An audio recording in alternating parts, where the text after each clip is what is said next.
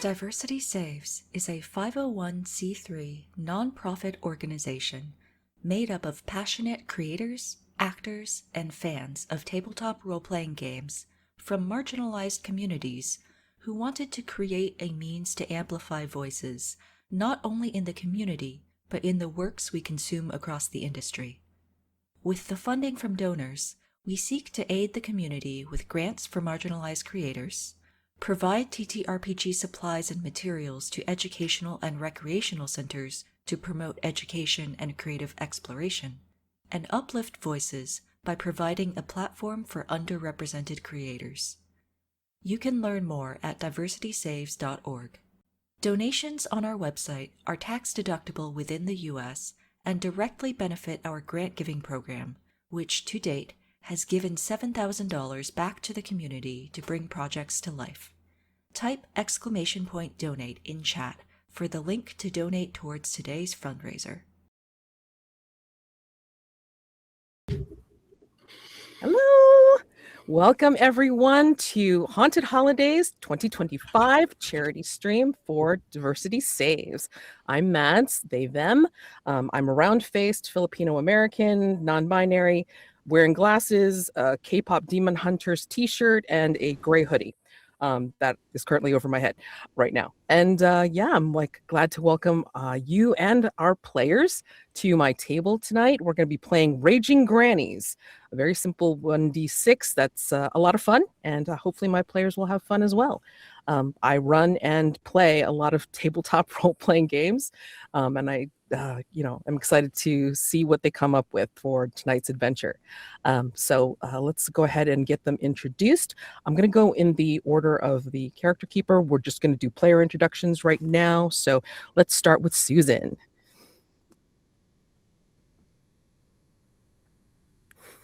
We're off to a great start. You're good.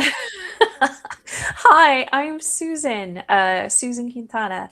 I am a teacher by day and a podcaster by night, and I am here to play Raging Grannies for the first time ever. I am a light-skinned female with red glasses on, some large black headphones on my ears, and some curly brown hair. In my background, I have some gaming paraphernalia, dice and dice trays, and my good luck Dia de Gatosito on the table next to me. What else am I supposed to say? I mean, that's good. If you want to stop there, that's fine. Do I get to pass it off? Yes. I'll pass it off to Jonn. Awesome. Hi, I'm Jonn, he, him pronouns. I used to be a podcaster. I used to also do Twitch stuff. Now I just show up for fundraisers and occasionally will pop into a game with as a guest every once in a while. So I've been gaming for a very long time, 35 years. And now I pretty much just do it for fun. Where for a while I was doing it for just to promote stuff, but now I'm just here to have fun, raise money. And I will popcorn it to Mary. Hi, everybody. I'm Mary. My pronouns are she, her. To give a visual description of myself, I'm a white woman with long brown hair, a grayish beige sweater, and a green tank top, wearing winged eyeliner and sparkly lip gloss. I will pass it over to Kia. Or Kay. It's I'm Kay. so sorry. But you got it. You got it. We'll get there. Hi, my name is Kay, pronouns they, she. I am also not a newbie to the space. I've been doing TTRPGs for a good 4 or 5 years now. I am a light-skinned African-American woman. I'm wearing a black crew neck with a mauve scarf tied in the front, kind of like a rose shape. I'm wearing wired frame glasses. I also, like Mary, are wearing winged eyeliner and sparkly lip gloss because that's the mood for today.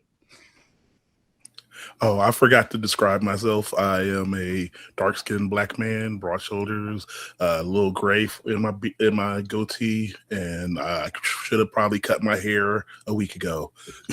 But it's close. It's close cut, but not as close as it should be. No worries, no worries. That'll be good for your granny, so it's all right. Yeah. All good. All right. So again, welcome to my players, to my table. I'm just going to go over some CATS, which stands for concept, aim, tone, and subject matter. So everyone at the table, as well as you all watching, know what we're about for expectations for this particular game and for our table tonight.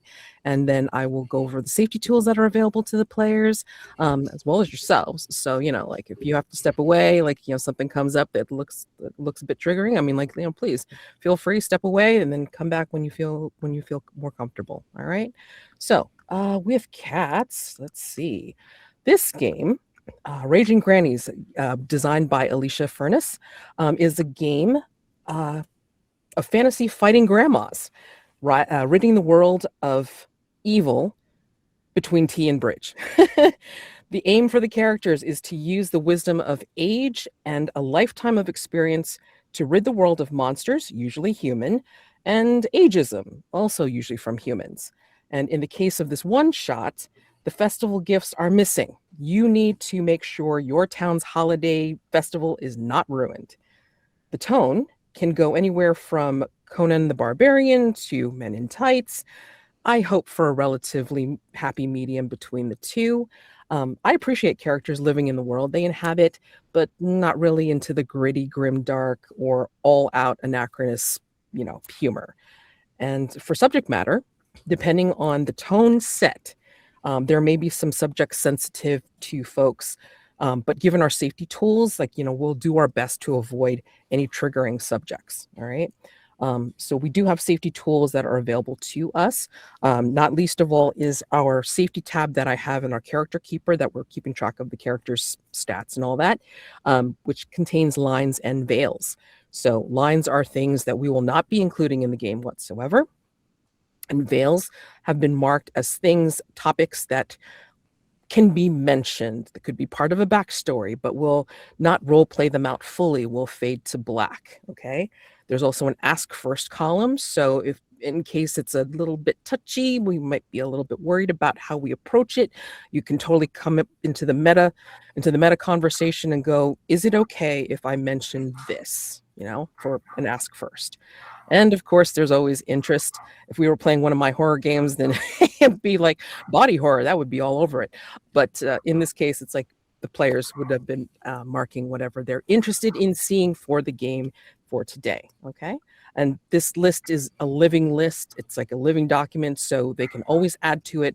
They can always change their response. At any point in the game, and then just let me know if anything changes. We can pause, we can take a look at it, and then just make sure that everybody's on the same page about being safe. And then we of course have the X card. So if something is tonally off, or if something is objectionable in an unfun way, we will, somebody can call out X in the chat or say it out loud or do X with their arms in the video, and then we'll stop play, find out what needs to be X carded to be taken out of play completely, and then we will resume from that point. We will never ask why something needs to be X carded. Okay. There's also open doors. So somebody needs to go, answer the door. Please feel free and step away. Just let us know when you're able to come back after the scene or in a few minutes or what have you. Not a problem. I mean, we're all adults. It's okay. Absolutely. Okay. And then we have also available to us script change. So tools like pause. So if something comes up that we're we kind of need to discuss this, maybe somebody will call a pause. We'll call for a break. We'll discuss it offline and then come back and resume when we're ready. All right.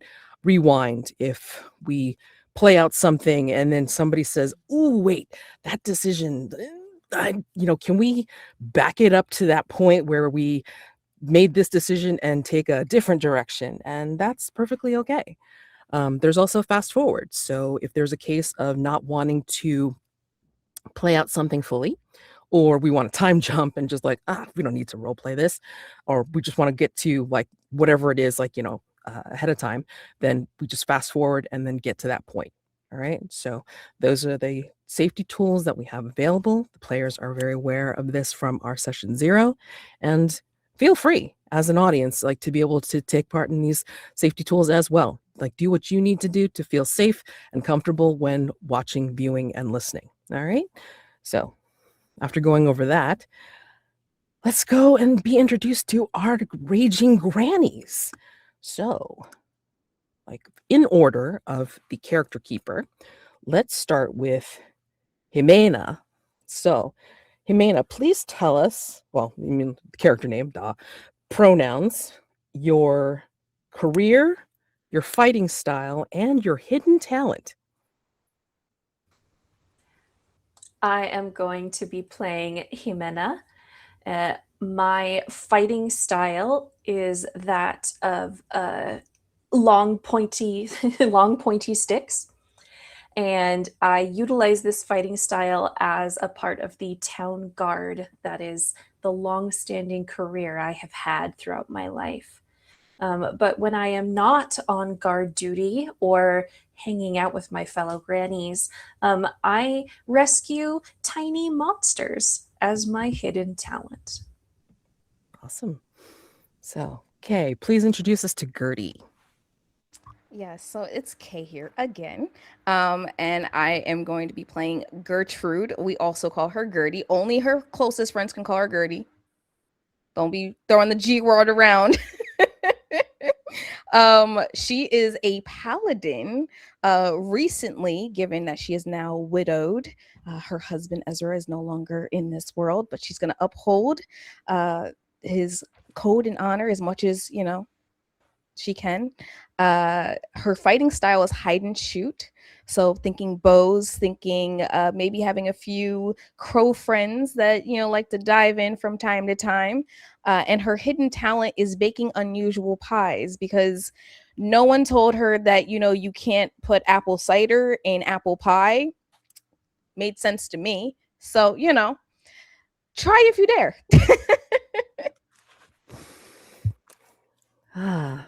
Jonn, please introduce us to Queenie. Oh, you're on mute.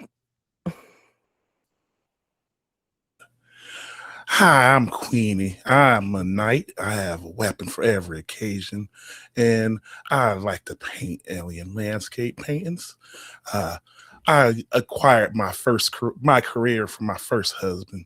Most of my weapons came from the marriages between my first, second, and third.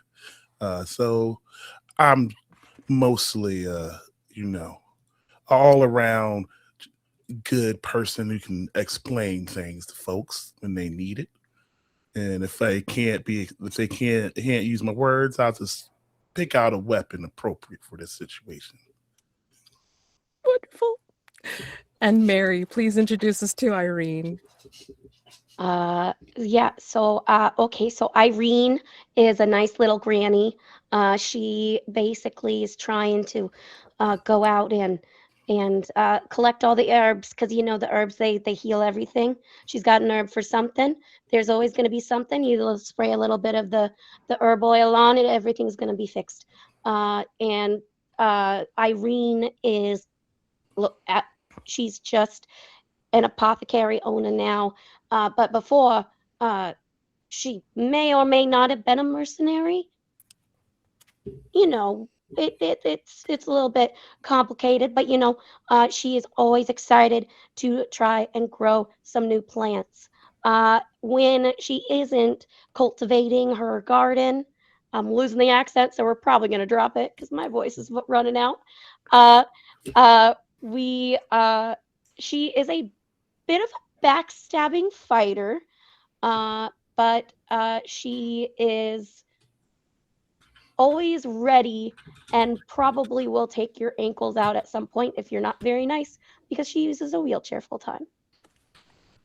Awesome. All right. Love a rolling granny. Awesome. So the way this game works is pretty much, we have like a running narrative, like we're trying to tell a story here with these wonderful characters.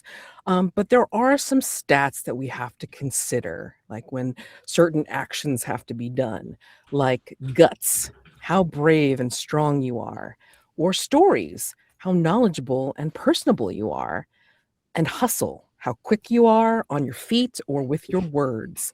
And finally, grit, how much you can take, right? So there's a variance of what kind of strengths each of these ladies have in terms of the guts, the stories, the hustle, or the grit. They had to assign numbers of -1, 0, 1, and 2 to the stats accordingly to however they chose. And we'll see, like, where they feel that they're the strongest or the weakest. We'll see. And so you as the audience can help us out because this is a charity event. So please, help them out with advantages every once in a while by donating. You can do the ! donate in the chat to be able to see how you can help them out. All right. So, please think about contributing to this event and then helping the pot grow for Diversity Saves. All right. We'll try to remind everybody how this goes as we go along through the game. And let's see them get through this. So our raging grannies live in a wonderful town called Dawn Willow. The tagline is "Start your adventure here." Reason being is because, well, they're famous for their intercontinental breakfasts and their bed and breakfasts. This is the perfect way station for any tourist and adventurer that comes round to their town, and you can have the most comfortable stay, the most cozy stay, and guaranteed the best and biggest breakfast that you can possibly get anywhere in the Four Kingdom region. So, hey, let's stop off at Dawn Willow and check out these ladies. All right. So it's a regular day for you all, but it's nearing the holidays. All right. The big holiday festival.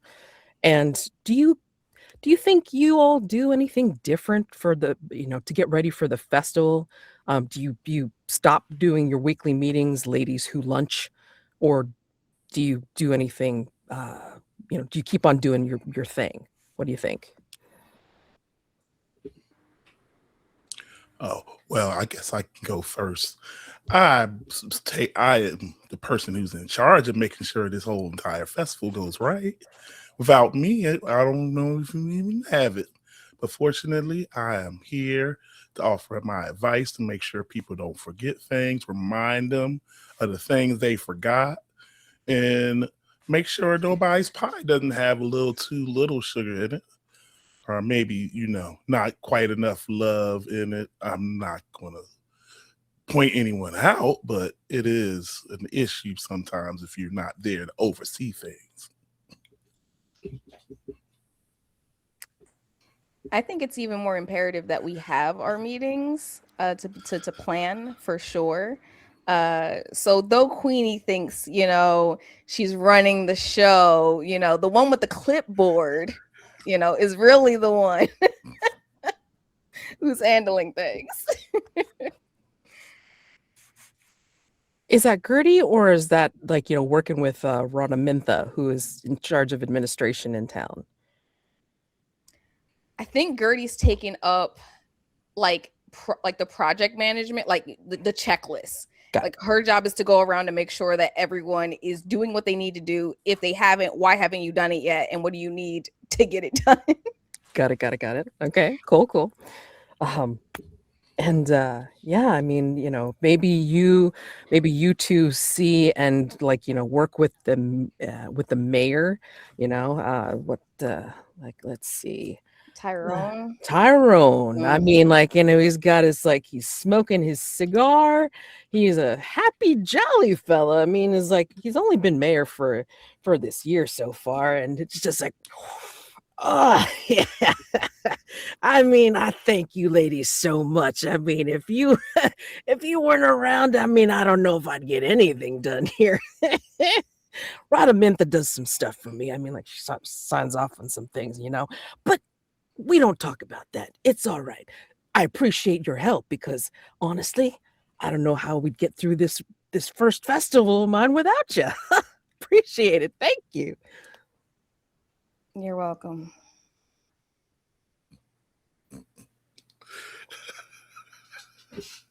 Okay, then I'm gonna go smoke over here. I'm sure you will. I'm sure you will. For the ladies that are actually busy and doing stuff, Queenie, is everything in order? Oh yeah, I just stopped by the senior center to make sure everybody's there, working on making sure all the ornaments are in the perfect place. I did find that there was a couple of banners that weren't where I thought they should be, so I just had a couple of the gentlemen move it to a more visible location. Everything's moving quite nicely now that I've made the appropriate changes. I think this is going to be our best year. You say that every year. Also, for context, Gertrude is a middle-aged woman, pale-skinned, graying and white-haired, almost like ice, snowy, bluish.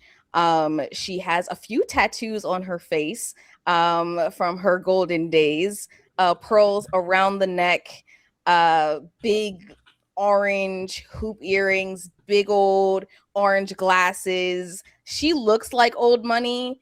She smells like old money. So that's what Queenie can see in this conversation. Oh yeah, and Queenie is dressed like someone who's fashionable, but probably not someone her age should be dressed necessarily this way. So her clothes are just like maybe a little bit too snug. Like the bust of her shirt just slightly too low. You would think that she maybe is looking for a fourth husband, but she's written off getting married again. It's just 3 times happened. It didn't work out. So clearly it ain't for me. But her outfit sort of suggests that she's not necessarily following what she's saying. She does have like a cape. It has the heraldry for the knighthood she got from her first husband, and she wears that all the time. Is this appropriate? It's for her station as a knight, after all. She switches it when she turns. Somehow she always needs to turn 90 degrees for some reason.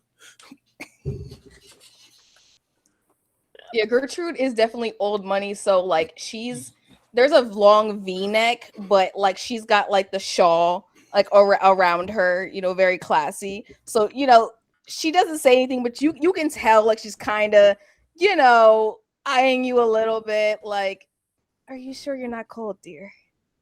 Well, Queenie's is used to being odd, so she doesn't really notice it just from you specifically. She's known you long enough to know that you have a pulse. So what does Jimena and Irene think of these two bantering? I want to know.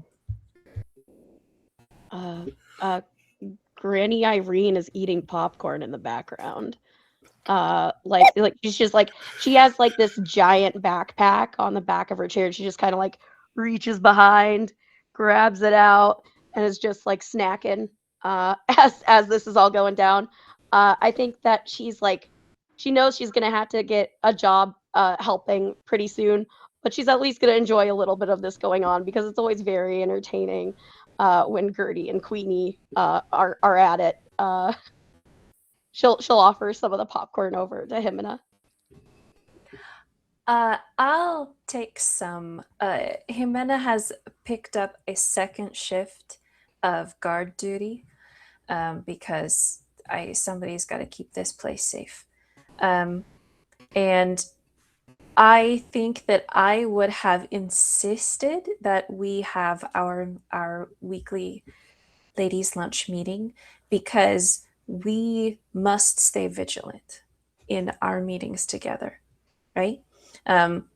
We can have some fun. This is fun, and you're eating your popcorn, but we will we'll take minutes and we'll have our lunch, and then we'll get back to work. Does Jimena say that out loud? Yes. Right. I'm sorry, dear. I totally forgot. Irene, given that you're eating, how is food going for the event? Is everything good for it? Yeah, you know, I tried a couple new recipes. I did the classic ones like you asked. I know you didn't want me to try out all the new ones. So it's only like 3/4 new recipes and like 1/4 of the regular ones. But they'll love it. Look, I was able to hide a bunch of leafy greens in like half of the meal. So kids are gonna get their nutrition at least. Oh, God. good job. I mean, you got to balance out all the candy. Although I did make, and she just starts getting out like these different like plant candies. These are for the adults. These are for the children, and just kind of sets them out. Gertie's like checking off like things like as you're speaking, and kind of looks to Queenie. So again, so everything's going well so far. We love to hear it. Jimena, what's going on with you? I know you're working 2 shifts. It's a lot. Take breaks, honey, if you need it. Oh, thank you. I'm fine. And I think the corner of her eye twitches, because I think this is probably the 3rd or 4th time someone today has been like, you can take a break, right? Or, oh, you didn't have to do that. And it's like, I will rest when I am dead. Thank you. No one will tell me what to do.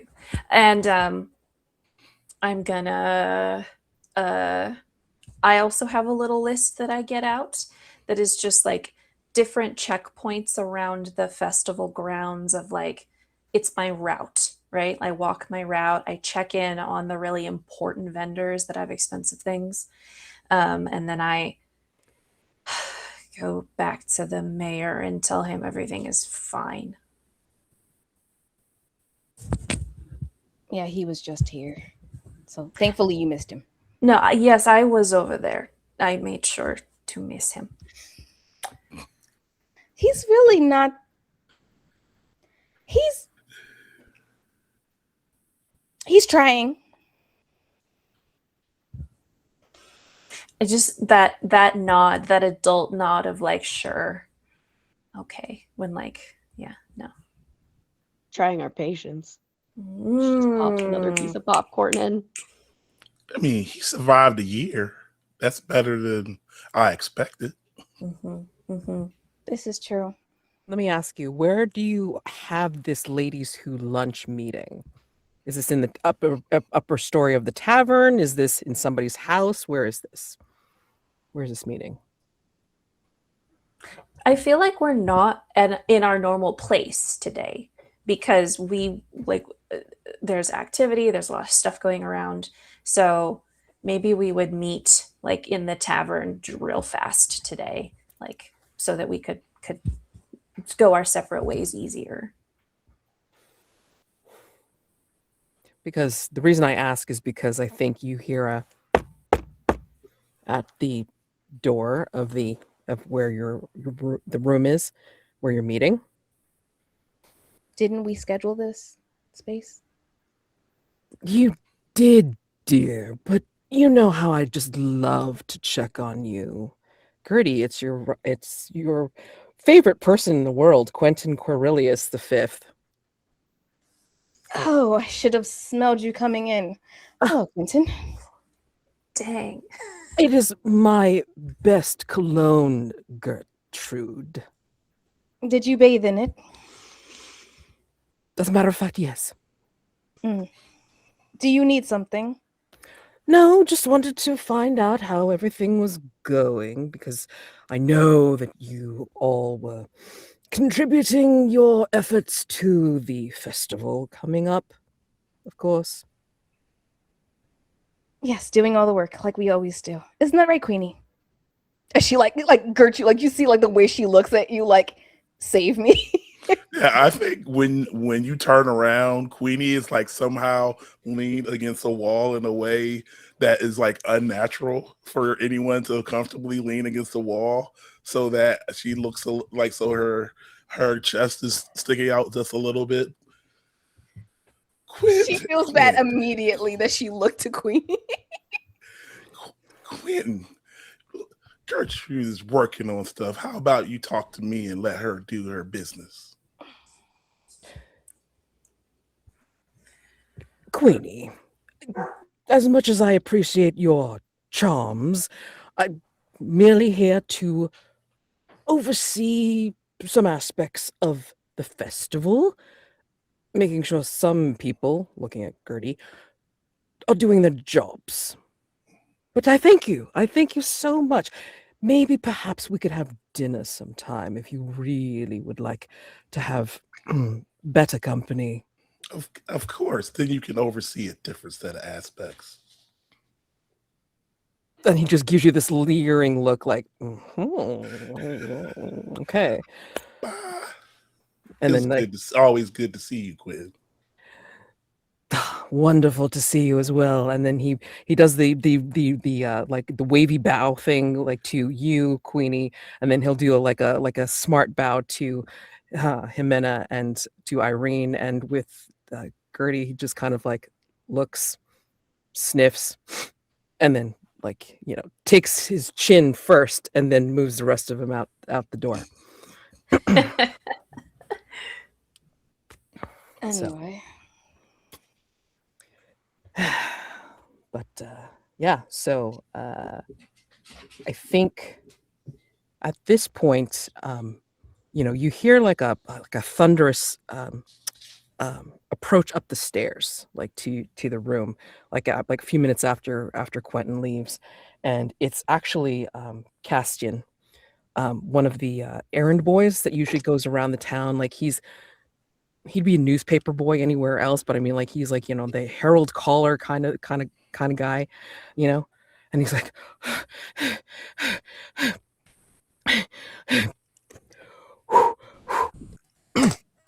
sorry, ladies who lunch, I have something important to say.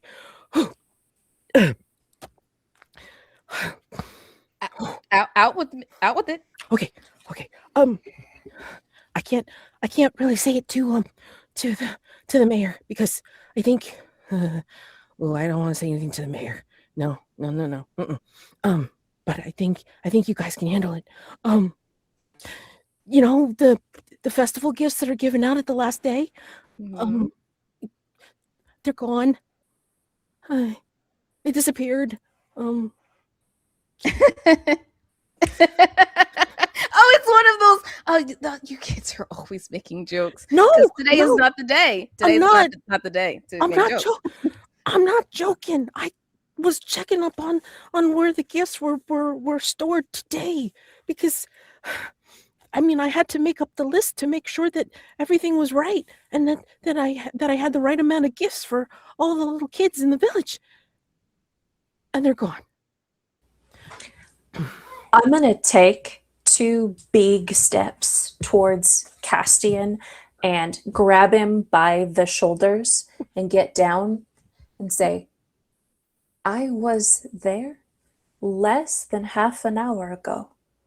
What do you mean they're gone? And I'm going to shake him a little bit. The room's empty. Well, okay, it's not empty, but the gifts are gone. The wrapped golden gifts are gone. The only thing left is a rock. Is the rock still there? Yes. Okay. Are we talking about the bird or actual rock? Where I'm gonna let Gray rock. What? I'm gonna let Castian go, and I'm gonna look over my shoulder at my ladies, and they know this look on my face, and I'm gonna go charging out of the room towards where the presents are supposed to be. Sweetie, you sit here and you don't tell that story to nobody else. Catch your breath. Oh, I We gonna won't. look into this. I won't. Can I have some pie? Oh, bless your heart. Of course you can. Thank you. Not that one. That one. But I just made that. Okay. All right. I won't say anything. Mm-hmm. Yeah. And so, you go charging off to the the buildings that are in this town, of course, bed and breakfast, out the wingus. And, there's the main hall that has the storage for all of the festivities, and the festival decorations and all this kind of stuff, and definitely the room where they stored the festival gifts, right? Because these are the gifts that they were going to give out to all the little kids at the end of the festival, because that's what they normally do.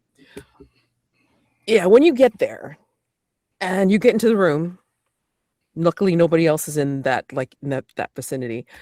You don't see anything in the room. You just see that gray rock sitting in the middle of the room. That's it. What would you like to do?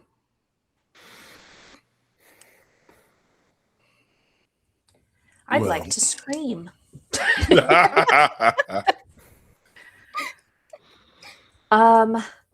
Tell me about this rock. What's going on with this rock? Let's see. Let's take a look at your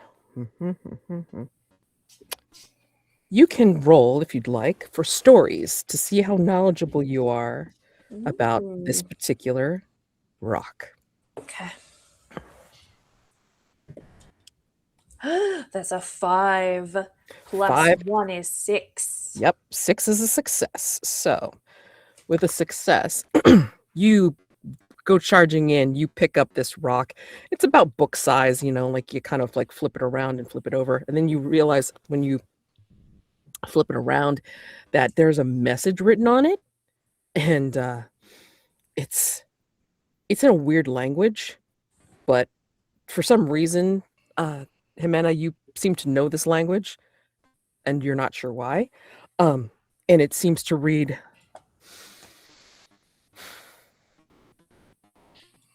tricks instead of treats this festival season. It's scrawled in that weird language, and what the hell does that mean? But that's what's scrawled on there.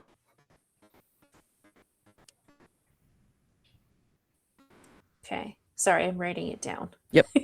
Tricks, not treats, this festival season. I'm a note taker. Okay.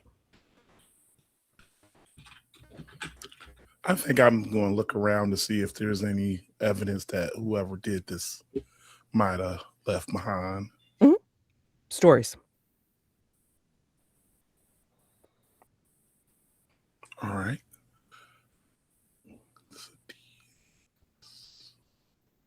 I rolled a 6. Okay. All right. So with your 6, it's you recognize this rock is coming from the nearby cave system. The Auburn caves that are maybe about a day's walk away from town. And you realize that it's dimly lit here. There's barely any windows because they don't want anybody breaking in or anything. So there wouldn't be a whole lot of light. But you can even tell in the dim lighting of this place that there seems to be some kind of strange footprints. Barely perceptible, but you are able to spot them, Queenie. And they don't look like regular footprints.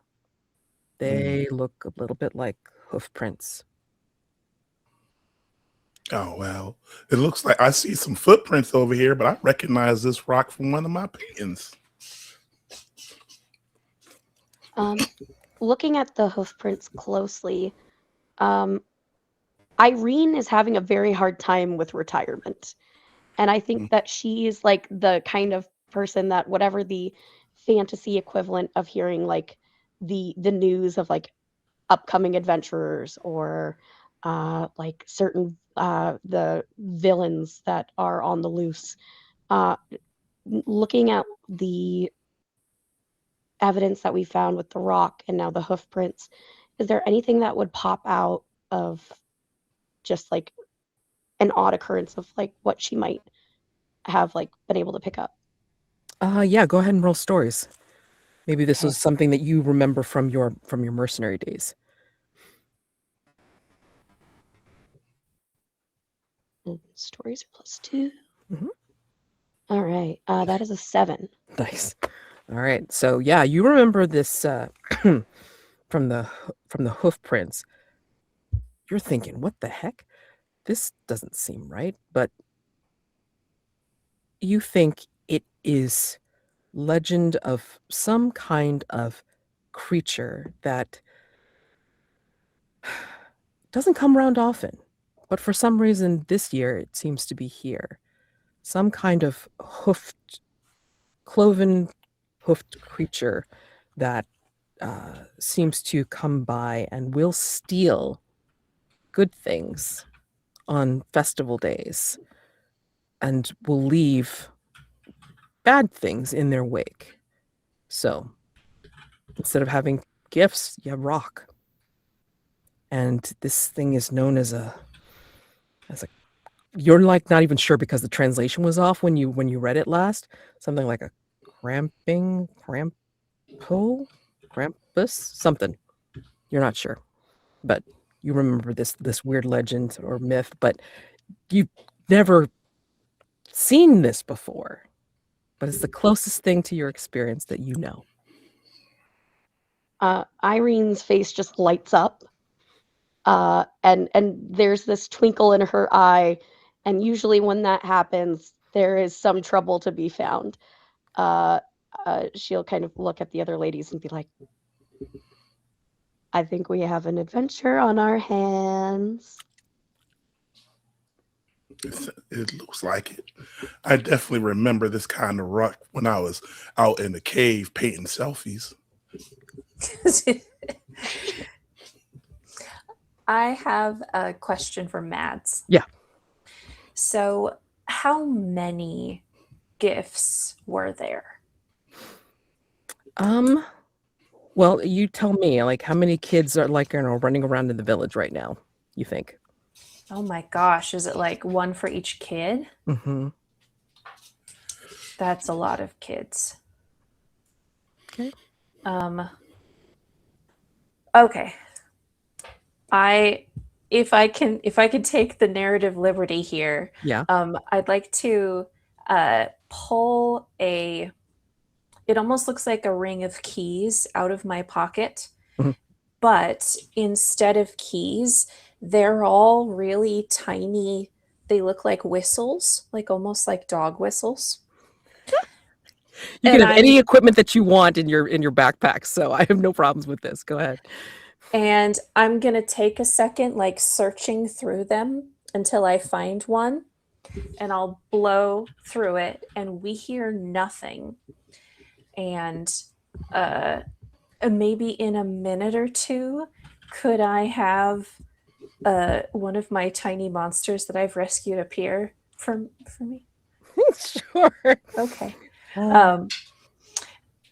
So in a minute or two, everybody sees this kind of sickly greenish red light outside of a window, and I just kind of walk over there and open the window, and this light comes in, and it is what's called a carbuncle. It's a little monster from Chilote mythology, and it looks like it would be a fairy, but when you get up close to it, it's like really nasty looking.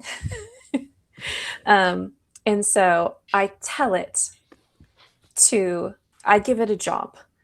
I would like for it to go around and start collecting things that we could use in place of all of the missing presents for the kids. Because I don't know if we'll be able to get them back in time, so we should have backup stuff. Mm-hmm. So Can I send this little monster off to do this thing for me while we're solving this case? Yes, but I'm going to ask you to roll stories to see how personable you are to get this monster to do it. Okay. And you can take a +1 because you're applying your hidden talent to this. Ooh, okay. So yeah, you can do that. Like if you can apply your hidden talent to it, you can automatically add a +1, just so you know. Oh, good. I just thought this was a silly thing to do. I rolled a 4, 5, 6. All right. So yeah, I mean, like, you know, you tell it to collect things, and basically it kind of like leans into you and says, What kind of things? Can it be nice? Like, does it have to be nice things? Can it be nasty things? Can it be like old socks? Well, hold on. It can be anything that you think a little kid would like. Old socks. Sure, yeah. Okay. Okay. Okay. Be careful. Mwah. Te amo. and then like he'll fly up and like, you know, kiss you on the nose, and then like, you know, fly off and start working on the thing. This should take a while, but okay, yeah. So, and yeah. So Gertrude, while all this has sort of been happening, has been standing in the doorway to this place, kind of looking out. She's been silent for a reason because she is contemplating. And when Irene states that, you know, there's a potential for another adventure, and hearing Jimena already on the job as known, and then Queenie on the nose already looking at tracks and being like, I'd like to know who was supposed to be stationed here with the presence. That's what I'd like to know. I mean, I think that might be a question for our talent guard, don't you think? Well, it wasn't me. I have a route and I check in at all the places. Oh, so I would know who was supposed to be here. Would we have anybody guarding the presence though? Sure. If they're like, oh, okay. Sure. Okay, Absolutely. like little pop rocks for kids or something. I don't know. I mean, what wasn't it Horace? Yeah. Who was supposed to be guarding this room? I mean, if you have the what is it, the manifest or whatever the hell the list is called, I mean, like, yeah, it's Horace. Like, Horace was the next one that was supposed to be, like, you know, following you in the round or whatever to be able to check on this place next. So, Oras. You know, Horace did order a delivery from my shop. I haven't delivered it yet, and that could get us in the door. And then, Gertie, you could hide, and then maybe we could tie him up, and we can get more information out of him. How about that? Or is that too extreme? I know. I don't think we need to tie him up just yet. Oh, okay. I don't think it's too extreme. I'm just more annoyed that the first year that we are more in charge than ever before, and the first year that we're handling this without him present, we are failing already. It's a perfect idea. Let's go do it. so As we exit this empty room now, I'm gonna put a hand on the back of Gertie's back, and I'm not gonna say anything, but I'm just gonna do a quick little circle, like a little circle. okay, that's so nice. Okay, so where are you heading? Where are you ladies heading next? Let's put it that way. Horace. We gotta find Horace. Okay. He was the last one here, Mhm. from Mhm. our knowledge. Right. So, yeah, I mean, like, I think according to basically he would follow the same route that Jimena would follow. So I mean, like, where you went after you checked on the gifts. I mean, like, like whatever route you took, that's where he's supposed to have gone. Like, he's probably maybe, I don't know, like 15 minutes or half an hour behind you, right? So like the rotation remains the same. So wherever you think he is, like a half an hour after you, right?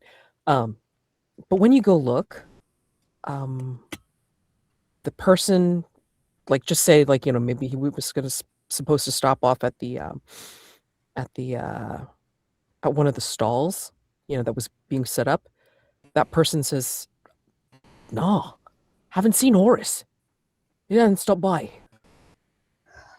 I saw you, Minna. I mean, thank you for checking on us, but yeah, I haven't seen Horace yet. You looking for him?" Yeah. Yes. No, haven't seen him.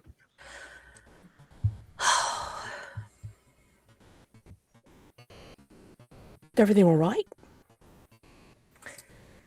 Yes. Of course. We're just looking for him because, he got an order, and you know how he is if he doesn't get his order in on time. Yeah. He's a bit of a pain in the arse, isn't he? All right. Yeah, so,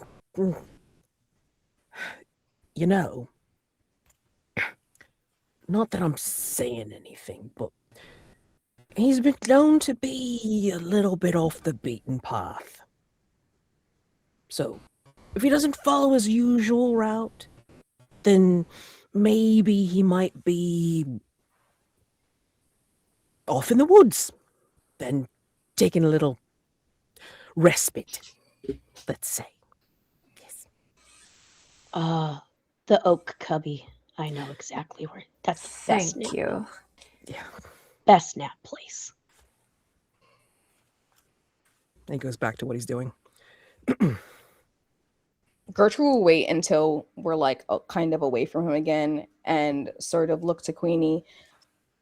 The prints you saw, did they lead anywhere, or did it feel like they just evaporated suddenly?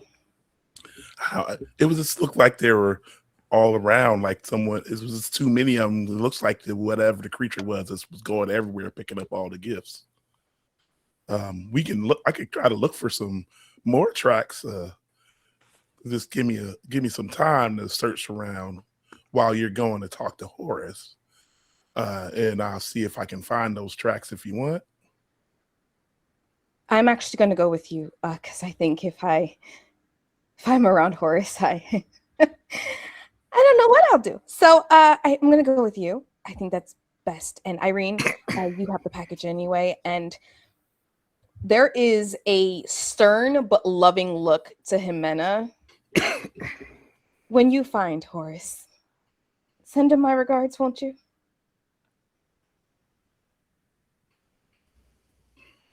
Oh, definitely.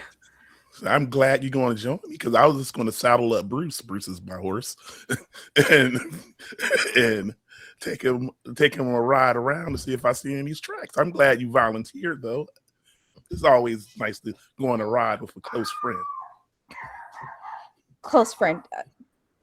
Yes, that was totally why I wanted to go with you, because we are close friends, and yes. We'll have to work it out because I'm going to have to ride side saddle with this dress on, but we'll make it work. Don't worry. It's cold. It's cold. Side saddle on dress. It's cold outside. Don't worry. To dress like this. I'm a knight. Fine. I'm used to riding Cool. a horse Fine. this Fine. way. Totally fine. Side saddle, like the princess you are. No worries. I just whistle and Bruce shows up saddled already for some reason. Gertie, is there a reason why you're a little bit hesitant to go with Queenie?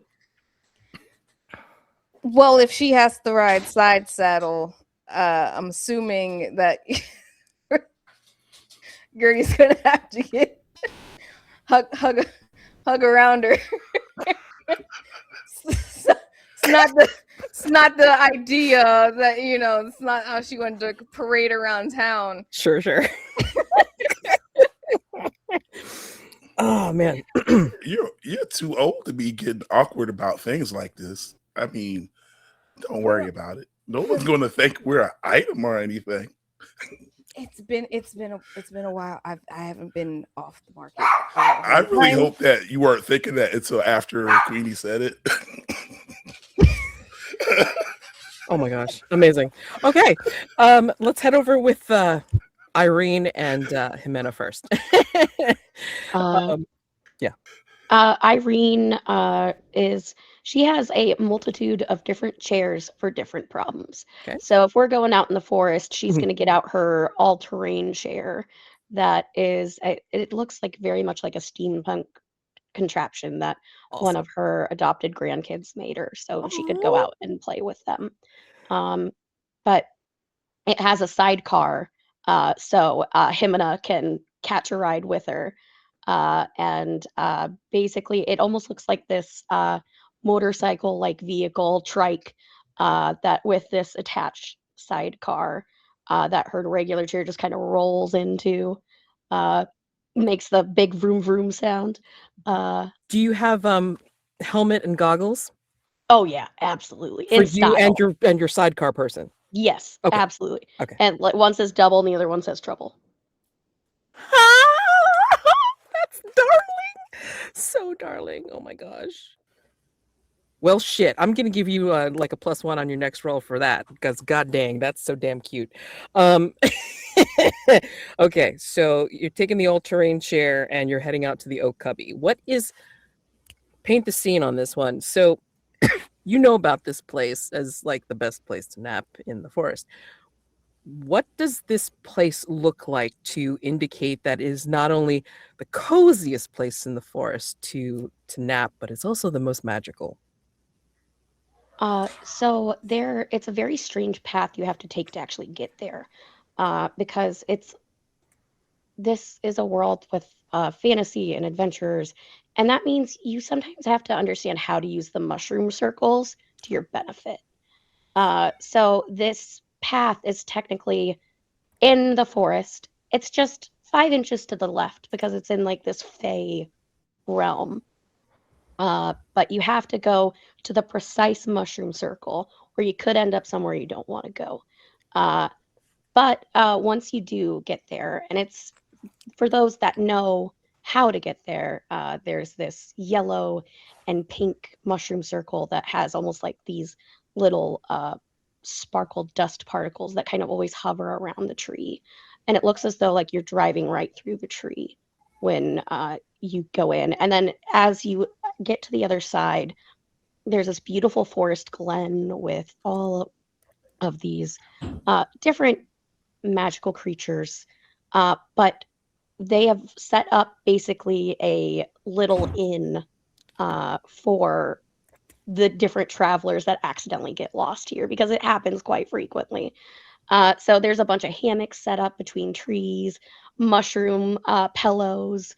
It is basically the Snow White Animal Friends equivalent of a bed and breakfast.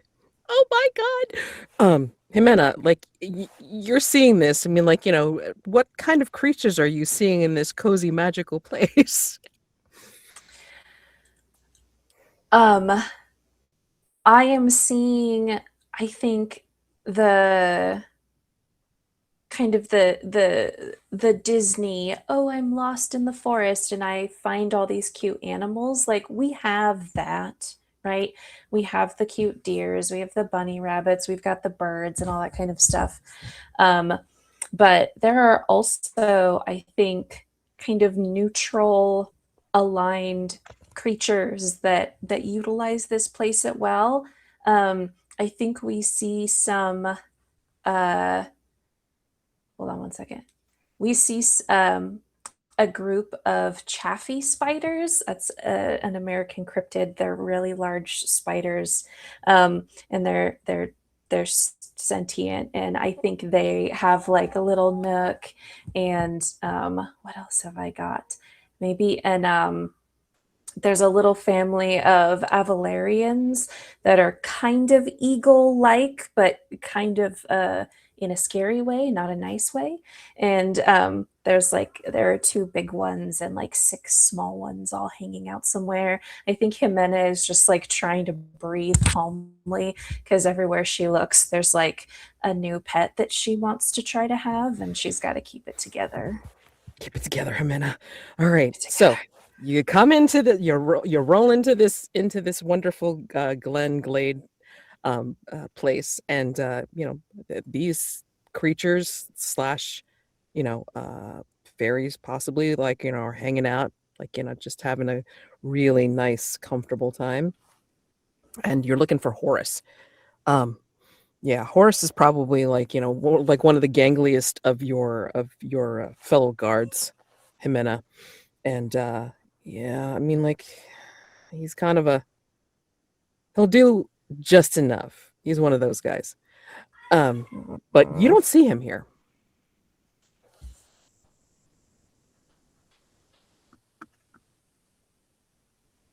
Well, that's strange. What would you like to do? I would like to talk to someone. Okay. Is it, Irene, is there a clear like proprietor here, or is this just like a safe place that things can go to? So there is a proprietor, and I think that her name's Tuttle. She's this little turtle creature, like anthropomorphic little old lady turtle that is basically takes care of everybody, doesn't let too much mischief happen, but she also has that little fey streak where there's always going to be something interesting going on. And she kind of will sidle, come up to you both and say, Oh, hello. Is there something that you need to do? Would you like to enjoy the hammock, or would you like to enjoy the fluff bed up in the trees? That seems to be the new thing that everybody likes. I love her so much. Oh my gosh. How can I help you? I am looking for a coworker of mine. And I will give a description of what Horace looks like. As he stopped here to rest. Horace. Oh, Horace! Yes. Well, not today. He comes regularly. We'll take some time and rest. Maybe for a little bit of he time. Does. Yes, he does. But not today. Strangely. No. Okay. Thank you. He's late. Yeah, Tuttle, have you been seeing anybody new come around? Anyone that wandered in when they shouldn't have?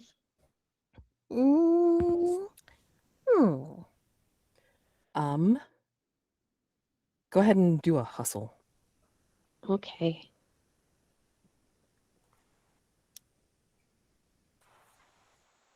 Sending good vibes. 1. That is a 5.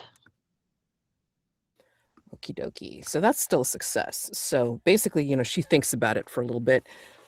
Oh, no one has stopped by that isn't a regular, but I have seen some strange things in the forest.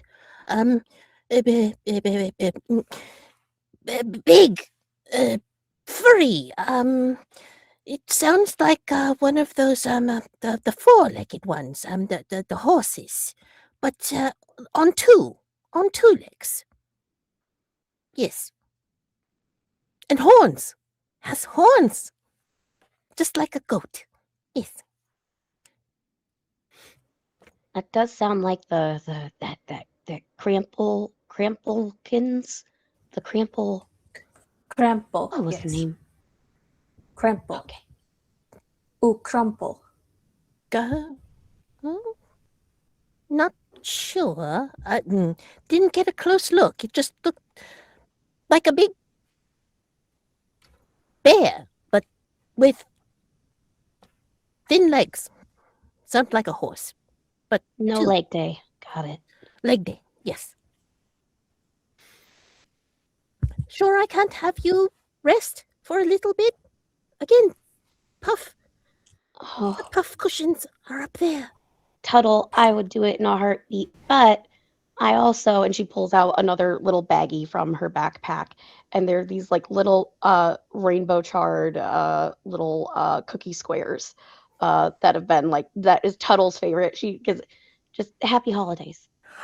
Oh, thank you so much. Oh, you're wonderful, Irene. Oh. Let me... 1 second. Okay.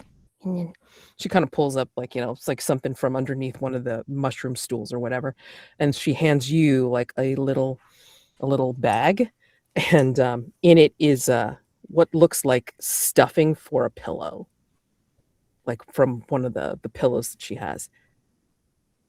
rest your head on this. Give it a test run. And then, if you like it, come back. This is amazing. Thank you. You're welcome. As you. As we are, if we are exiting, I'm just gonna lean down to Tuttle and say, if I lay down, I may never get up again. And then keep on walking. Make sure to come back. Goodbye. And then, like, if you like vroom out of there, yeah, I mean, like, she will point you in the direction of like where she saw the Krampus go, in the forest, and seems to be heading towards the cave system. And we're gonna head over with Queenie and Gertie. So where do you two head again? You're on mute.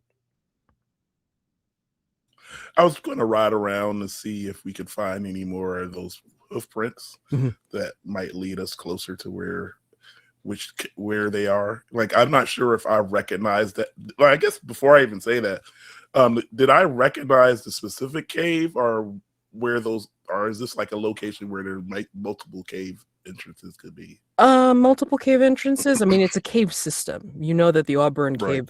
caves are like a system. Like you've probably, again, look, when you've made your selfie paintings, you know that you've wandered around there. Mm-hmm. Yeah. So I figure I would ride around looking for any of those hoof prints that could help lead us to the right cave entrance. When you do that, and like you will follow like tracks, or where you think the tracks are, and you start getting into the perimeter of the town, you start seeing it's getting darker for some weird reason. And it's not even nighttime yet. And you see some shadowy figures kind of ducking behind trees, kind of tracking you two. Are you on one horse? Or Yes. Okay, got it. Yeah. So 3 or 4 shadowy figures like tracking you two. Oh, well, I'm accustomed to this being an adventurer, but also being a knight, I resolve this by stopping and yelling, "Who's there? Who goes there? I know you're out there. I can see your shadows. Might as well come on out." Queenie, if you saw people, why would you yell out? Because I'm a knight of the realm. I don't go skulking. I'm aware. What kind of... Yeah, there's like 5 tall individuals that come out from behind the trees, and like the tallest of them and the most burliest of them. It's kind of like they're all masked. They have like, you know, hoods up and everything. And you know, like the biggest and burliest of them will say,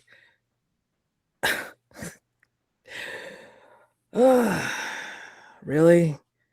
They're sending out the granny squad for us now? Oh, who are you again? Do you need your eyes checked, Grandma? It looks like you're bandits, but they wouldn't send us for bandits. We send some of the new people out for that. And he's kind of like, you know, like as he's laughing, he's like waving his boys like forward. So Gertrude kind of also laughs with him and puts a hand on Queenie's shoulder, like leaning into it, like, yeah, I'm sorry, we were just wandering around and we got lost. You boys look famished. Would you like some pie? And again, the leader's like behind his mask, like, what? You boys look famished. You're just out here in the woods. Okay, so to prevent a possible battle, I would like you to use hustle. I'll take that. We can hustle and bustle. That's That's a one. That's a one. That isn't going to do it. Personal. Queenie, use your turn. Personal slight point right there. I'll take it. And it's like he's just looking at you like Gertie and just like, even if you had pie, ma'am, I mean, I don't see where in that armor you'd be keeping anything that would be edible. Just saying, as he's waving his boys further forward. Well, and they're surrounding you now. Now's the time for your turn. I don't think you know who I am or who my friend is. You don't get to our age without having done some adventuring. And I'd hate for y'all to end up having a bad day because y'all bit off more than you can chew. The pie is more in your like, don't let your eyes get too big for your mouth.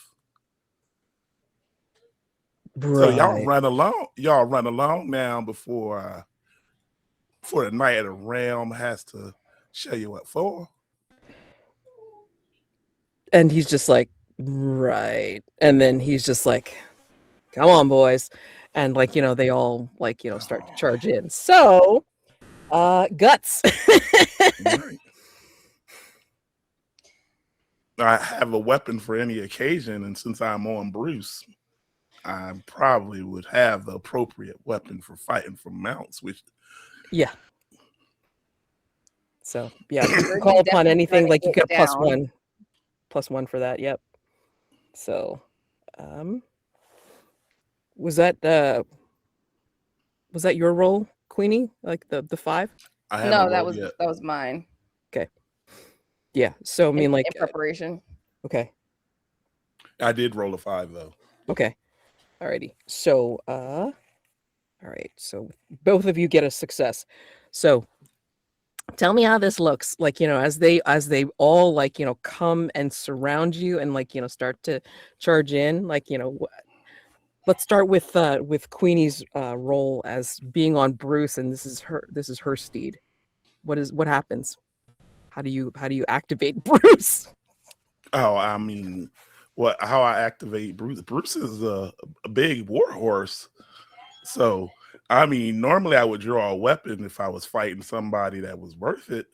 But with Bruce being here, I just kind of wheel him around and like kick the leader right in the face with Bruce. And then I kind of like, all right, which one of you's gonna get it next? So the leader goes flying, and you got 4 others that are like, you know, coming after you. Gertie, what are you doing? Given that Queenie took the reins, Gertie is gonna be like, "Yep, nope, you got all that. I'm gonna let you handle that." and she sort of slid off the back of the horse so Mhm. that when they raised up, like Mhm. she didn't have to worry about any of that. Sure. And just off the back, quick draw, start shooting. Nice. I think you probably get at least 2 of them before, like, they could even, like, come in and try and grab you or, like, advance, properly. So now you have 2 more to deal with. So, um, I'll take it between the 2 of you. I'm like, is it Queenie with Bruce, or is it Gertie, or is it between the 2 of you that you take care of the last 2? Or I'm do you leave somebody did you leave somebody conscious to question? Oh, I was like, do the 2 of y'all really think that the rest of this fight's going to end differently? Maybe we should just have a nice conversation. I mean, I'm sure I can talk Bruce down from kicking the stuffing out of the 2 of y'all. And as Queenie's doing it, like Gertie's already just drawn, like just waiting. I think these are the 2 least able of their companions. One has got knock knees that you can hear, and the other one is just like, don't hurt. I don't hurt nothing. I'm just going along with the crowd. Come on. Oh, jeez. And then, like, yeah, it kind of just kind of stands there and like with his arms up. So, yeah.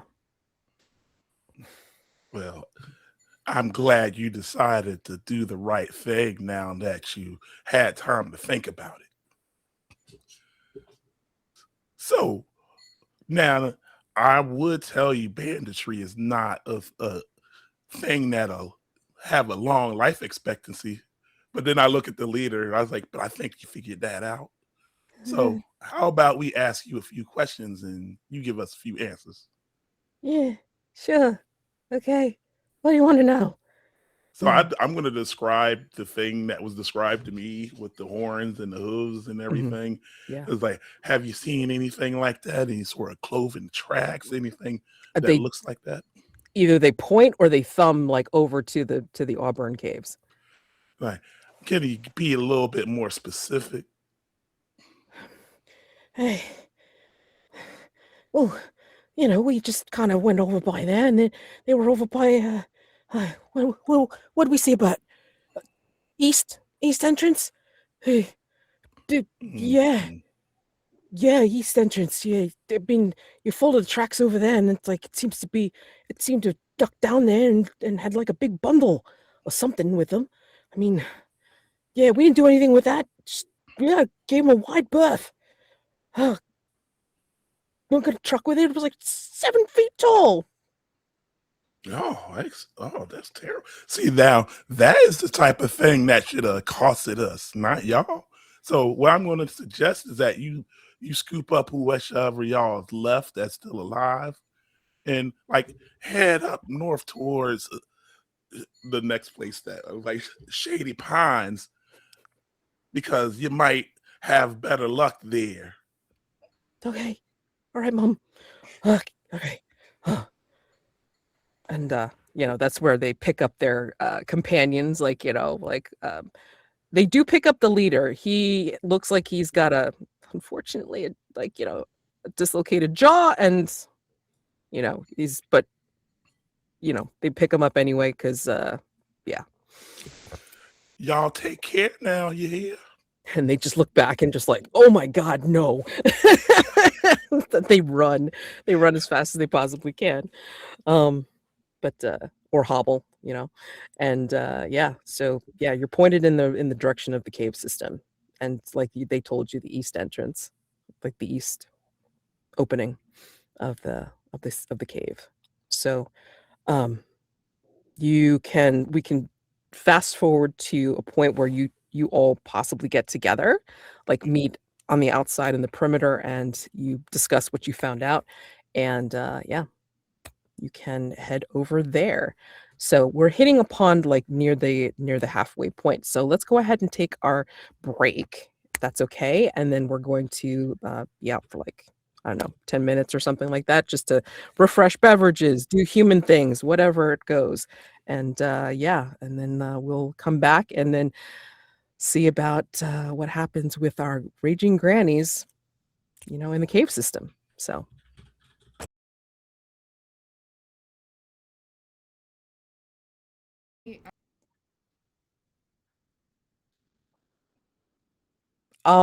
Once more with feeling.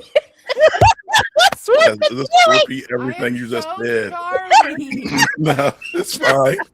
Let me repeat myself. It's all right. It's fine. Okay. So, From the top. from the top, donation event. Yee! All right. We are in Haunted Holidays 2025 for Diversity Saves. All right. ! Donate to pull up the donation menu. We have received some donations in our first half of play. So $25 from Amanda Imatrex. Let's help my pal Susan with monstrous help at a crucial moment. So hopefully that comes into play later. We've got $4 from Ezra. Let's not roll any more ones, shall we? So everyone gets a +1. So if you haven't already done so, then please remember to add that to your next roll. And then a +1 from 4K from Brennan. So add that to your list of things that you can do, Kay, for Gertie. All right. So again, ! Donate. So please, help Diversity Saves grow the pot to, help them with their programming, help them with the channel, and just to help the channel grow. All right. So let's resume. We know that the thing that has supposedly stolen the gifts has headed to Auburn Cave Systems, and the east entrance seems to be where they were going in and out of, and that the person who was supposed to have helped guard the gifts themselves is also missing, Horace. So what's going on? Let's see if we can find out. So you guys are making your way to the caves. What's the arrangement? Like, what's the transport situation looking like for you all? I'm still on Bruce, but I have changed to a more nightly adventurer appearance. Gertie was like standing watch, like what you got changed. Yep. So don't know where it was at. I guess it was in a saddlebag or something, but now it's in their nightly armor. And does Gertie have her own steed, or is she still riding with Queenie? She would probably still saddle up with Queenie, and as a sort of backtrack, but not backtrack thing, Gertie definitely would have said they should all meet up.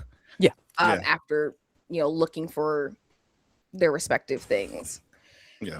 So I imagine we went back to town to meet up, and I got into my armor and put the barding on Bruce. They're all like tied up. Oh God. Oh no. And then how about Irene and Jimena? I mean, how are you guys transporting yourselves through the forest to get to the cave system? Well, we could take the motorcycle to off-roading motorcycle. Nice. I think that Granny Irene, normally she looks very much like Witch of the Woods. She's got long, baggy clothes, so many different crocheted or macrame items, and it's like very Superman-esque, where it's just she gets changed in an instant and she's in her full fighting leathers, and they're a little too tight, but it'll stretch, it'll be fine, but you can see on her clothing there's a bunch of names of like the different people that she's helped on like all the different like leather braiding, and that is just it. There's just more and more of these ropes and tags and things that have been added to it over the years. It's a little bit gaudy, but it has saved her more than on a few occasions. Gotcha. Okay. All right. And then How about Jimena? So, I mean, I guess sidecarring it again. And how are you just remaining in your town guard uniform, or did you suit up further for this, Jimena? Okay.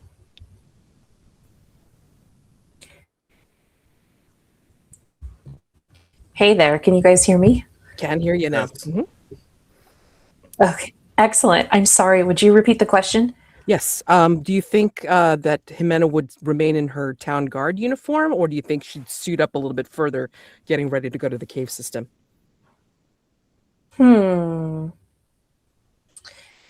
I think she has some, let's say she puts on like kind of a medium armor. We had talked that she had a past that was connected to a paladin who had trained her, Ezra, Gertie's husband. So I think that she has experience being a little more armored and attempting combat, and that probably isn't her normal getup. So yes, I think that she would strap on some pauldrons, get a little more padding, um, get an assortment of long pointy sticks instead of just the one, and then be ready to head out. Okay. I think she'd also want to be either at the front of the group or at the back of the group. So wherever you guys want her as we're approaching the cave, that's where she'll be. Yeah, I think Queenie would be in the front. Yeah, I'd with like their I'd like a marching order per se. So Queenie first. Yep. Okay. She also has a helmet that has looks exactly like her face. Oh my gosh. Never mind. Okay. Because she wants to be protected, but she can't hide her best asset. Was like how she was able to. Okay. Oh, fine. And then, of course, since you're riding on Bruce, Gertie, I'm imagining that you're next, obviously. Yes. Also, just for the table, so everyone knows, I think Gertie is the grittiest one here. Just keep that in mind in terms of, getting it. She could take more, I think, than everyone here. Got it. So- Got it. She's she's ready to. She's take only a you. paladin because of her husband. That was not her position before. So Got it. Okay. as a hide okay. and shoot, this is a very weird combination for her. Okay. So you think that she'd like, she'd She's go. second though. She'll be behind Queenie. Got it. Okay. Got her back. Got it. And then Irene. Yeah, Irene's probably closer to the back because her biggest thing is backstabbing. Oh yeah. So she's kind of like switched out the wheels on her chair to be a little bit more, so it is more narrow to fit through the cave system, and it's a bit more of wheels that are on tracks, similar to like a tank, so that the rough terrain is a little bit easier. But it also makes it so it is a lot quieter, and that is what she is good at. Nice. Awesome. Okay. And then Nina, I think between the two of you in the back, between Irene and Jimena, like you've got the flank covered. And then like, Queenie and Gertie, you're like looking towards the front, right? So you kind of like have all the directions pretty much traced. And I think as you go towards the cave system, it's getting darker and darker. It's almost as if the canopy is kind of growing in on each other and kind of like just blocking out whatever sunlight is left for the day. And it just, as you go deeper and deeper, it's just like the sound is muffled and like shrouded. And you can still see tracks, Queenie. You can still follow some of the tracks, but some of the tracks are kind of like going off in different directions. So even though you're heading towards the east entrance of the cave system, it's like there's the same kind of tracks going in other directions as well. So it's very odd. And as you're tracing, you hear, even though the sound is shrouded from birds or like wind or what have you, and your own movement, like the horse and Irene's chair cycle is also like fairly silent or whatever, you hear something that is off beat of that, as if someone's following you. What do you do?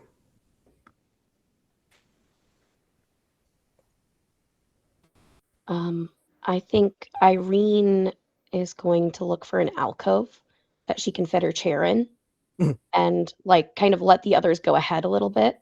Okay. And see if she can see who is following and then do what she does best, which is take them out by the ankles before they can get to everybody. Got it. Okay. So I'd like to see, pardon, please roll hustle. And again, if you remember the +1 that you got from Ezra. All right. Then I get a +2 total on that. That's Yeah, awesome. because of backstab. Thank you, Ezra. That's a 7. All right. Okay. So tell me what this looks like as you let them go ahead and then you kind of like do a roundy. So this way you're kind of trying to get behind what you hear as like kind of like furtive creeping either in the trees or like on the ground. It's sort of kind of coming like back and forth between the two. Like it's something in the trees, something like on the ground. Like you're not sure exactly where it is, but that's what you hear and you're able to get behind them. What does this look like? So I think if we're still outside, like near the cave entrance in the forest, she's going to kind of go where she is lower than like if someone would be walking on the ground. And is going to kind of position herself in a way that like the brush kind of hides her head with how short you sit in a wheelchair. If you've got the right terrain, you can really mask yourself well. And she's currently in what I would consider more of like an aisle chair, smaller chair, to be able to fit through the winding corridors of the cave. But she just kind of waits in the brush and seeing like when they jump down, because as soon as they do, people don't protect their ankles how they should. It's one thing that she has run into in town. They stop at the end of the ramp and they expect you not to run into them. Don't know why, but that's just how it is. So she uses this to her advantage, seeing if you're going to try and sneak up on us, maybe you should look behind you. So I think as you get yourself settled in, it's like again, it's darker, so it may be a little bit tougher for you to see, but you get the shadow of someone that's making their way past, and they make it like just so they're in front of you. But you still can't quite tell, like, who or what it is. They're human-sized, mind you, standing. How do their feet look? I'm going to say that you're familiar with the shoes, the boots that they're wearing. Oh, okay. I think that she's going to look specifically to see if she can see the little inscription on it, because she's nervous that Magnus has been following her this entire time, and he should not be out here right now. Or it's someone else entirely, but she knows one thing, and Magnus always keeps this like rose tag that they got together on one of their adventures on one of his boots. So she's going to look like, with the dim light, try and peer closer to see whether this is someone that I give a warning to before I pull their feet out from under them, or do it quietly. It's the rose tag. And there's just this where she'll just flick the back of his ankle. Magnus, you're supposed to be recuperating. No, because there's a job to do. Yeah, there's a job to do, and you can't do it if you hurt your back and roll your ankle again. You already had to have one of them replaced. I got help. I'm fine. I'm all right. Okay, oh my God. And really, really, I don't want the prince to think I can't do it. Oh, look, the prince is an idiot, and if he thinks that you can't do it, then he's an even bigger idiot. He's paying me Okay, and so why are you here? because he's along too.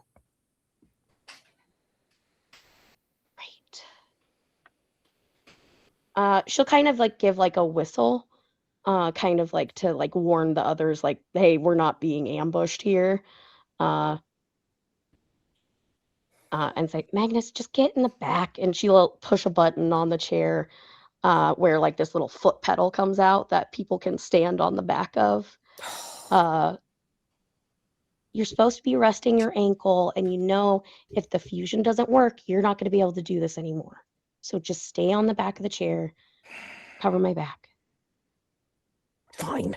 And then he stubbornly will get on the back of your chair to like hold on to the the handles and try to get the weight off of his one ankle. And he just has a stubborn look on his face, like, oh, he's not gonna like this. He's up in the trees. Okay. And he's here. Is he trying to figure out the monster issue too? Yes, we both are. Who spilled? Who spilled? What? Who gave you the information? What? We Me. kept it hidden. We got everybody to keep quiet about it. I don't know. He's the one that knows that it happened. I don't know how he knows. He just hired me for the job. He hired you for the job and he knew what it was happening. Oh, Yeah. I gotta have some words with this guy. And she just starts doing the knuckles of this guy. I'm gonna have some words. But she'll start using the control panel to move the chair out of it, the divot that she was once in, and rejoin the rest of the gals, and say, all right, I think we got a bigger problem than we expected. I mean, and you obviously see Magnus on the back of her chair, so that's one. He's not saying anything though. He's just kind of looking sullen. I guess you've come to be a figurehead, huh? No. Trying to do a job. Great, and now we're babysitting on top of everything else. This is just You fantastic. don't have to babysit me. Do just fine. Magnus can hold his own even with one shitty ankle, okay? But to be fair, I'm more concerned about this prince, okay? How does he know? I don't know. He hired me for the job. He said something about wanting to impress her. And he's pointing at Gertie. Oh. Well, I mean, there's more than one prince, so if something happens, it's not a big deal. I mean, I definitely didn't spill. None of us spilled. Look, Hooverfink's got the coin, and I was going to use it, and now he's going to think I can't do the damn job. Why do you even care what he thinks? I don't. The money's for... Then he's looking away and not trying to look at Irene. Oh, Magnus, I told you the shop is going to be okay. It's just been a rough year. A rough year. Just concerned. I mean, I don't want you to go under, Irene. I mean... Look, whatever happens, we've made it through all the way to the underground and back before. Right. It will be okay. But I understand why you want to do this. Trust me. I mean, they can tell you how excited I was once I found hoof prints outside. I was bored as hell the last few months. But Yeah. you got to be Yeah. careful. Yeah, and plus, I'm pretty sure Gertie could have paid you better if you're going to get paid for something like this. Well, Isn't that right, Gertie? Sure. Yeah, totally. I could have. And Irene, you should have told us that you needed help. Oh, Yeah. we had to make so many renovations lately that it just, and it's been a hard year for everybody. And so I've been lowering prices so people can get what they need. And I just, didn't have to do that. The tourists, the adventurers, they'll pay. they'll pay, but this should be a place where people feel comfortable. It shouldn't be one where that you have to have the largest gold bag to be able to enjoy it. You wouldn't think so, listening to Tyrone. It's like everybody's supposed to make sure that they get that bag, according to him. I mean, you can't be listening to Tyrone. We could have done some sort of bake sale or something to help you make that money if that's what you need to do. You don't need to be taking money from that prince. He's not even that good looking. It's like kind of ugly, actually. Think about it.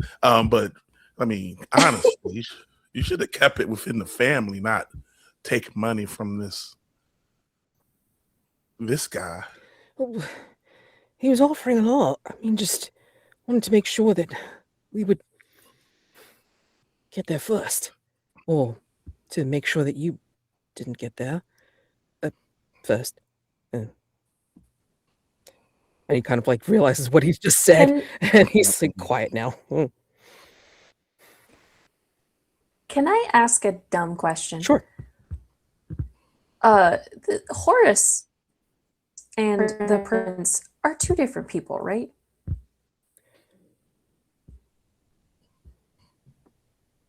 That's a good question. What? Are you sure? What? Oh. Stories or hustle? I don't Okay. care whichever you want to do. And don't forget the +1 from Ezra. I'll do stories. I'm knowledgeable and personable in this one. +2. 3, 4, 5. I got 5. 5. Okay. Success. I mean, you might have noticed there was some kind of resemblance between Prince Huberfink and Horace. I mean, Huberfink puts on a lot more glam and clothes, whatever, to impress Gertie. But I mean, like you just like see like Horace gangling around, like, and schlumping around like any other town guard. But maybe you've seen a resemblance. Oh my gosh. I've sparred with him. Have I kicked the prince's ass? Is that what I've done in the past? Someone tell me that's incorrect. Oh, you have handed it to him. I mean, it was glorious. I actually, Queenie, you got a perfect painting about that. That was so good. Sorry. Oh no, I don't paint. He's not my type. I wouldn't paint anyone. I'm not saying he just isn't my type. I prefer someone with a stronger chin. Oh yeah, but like Himina looks so cool doing it. Straw line, like 2 eyebrows. Yes, you're focusing on fuller lips, the wrong and part. Better hair, taller. I feel like you're describing someone specific. Second husband? Magnus pipes up. Oh yeah, the second husband. I miss him, but I like his money a lot more. Oh, He stole that money, Queenie. Well, and that's why I don't feel bad that I took half of it. He's still right sometimes. Sometimes, I can't keep people from holding the flame. There's really nothing I can do about that. But, this isn't about him. This is about a far inferior man that is the prince right now. So, what should we do then? I mean, are we going to? I don't know. I'm like trying to get there first. I mean, is that what we're trying to do? Yes. Oh, okay, all right. I'm just saying. I'm just saying we just gotta get there. If we're going to be there first. I mean, someone like him is too incompetent to actually succeed. So we're just going about our business. All right. Well, I mean, you got my help, obviously. So, and then like he kind of leans down to Irene and goes, "You think Gertie will pay?" Gertie will pay. Of Gertie, course she will. She's good for it. look, Gertie is one of the toughest people I've ever met, and I've never seen her turn somebody away. I don't. It's not like I want to ask for help. It's just, I know. And then he looks at Gertie. He looks directly at Gertie, and he just goes, "It's not for me. It's for Irene."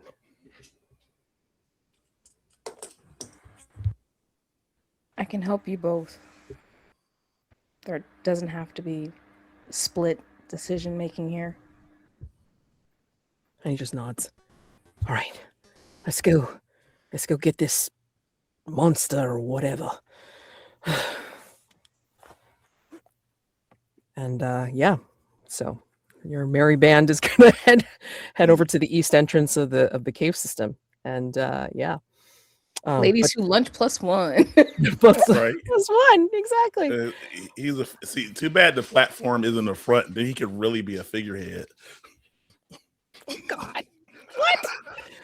Look, I feel like there's like Gertie's like, I'll bring that up to Atticus. Maybe he can come up with something.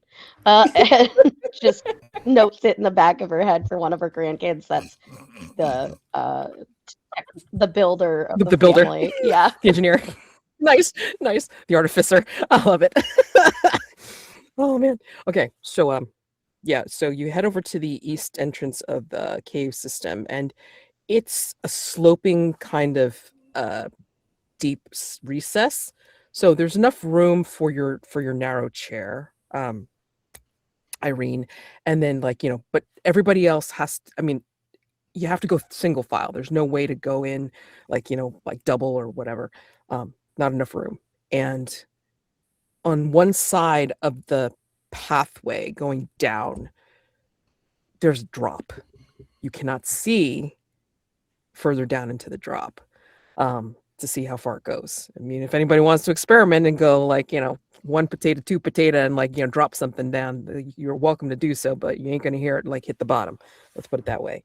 And you head on down, and you hear something like murmuring as you make your way down this cave system. It seems to be sound bouncing all through the cave, so you're not exactly sure where it's coming from.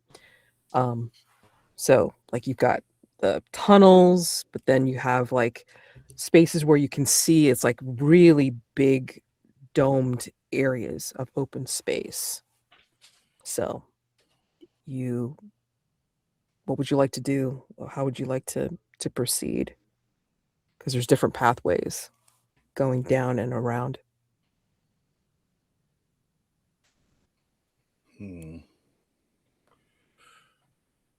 How many pathways are there?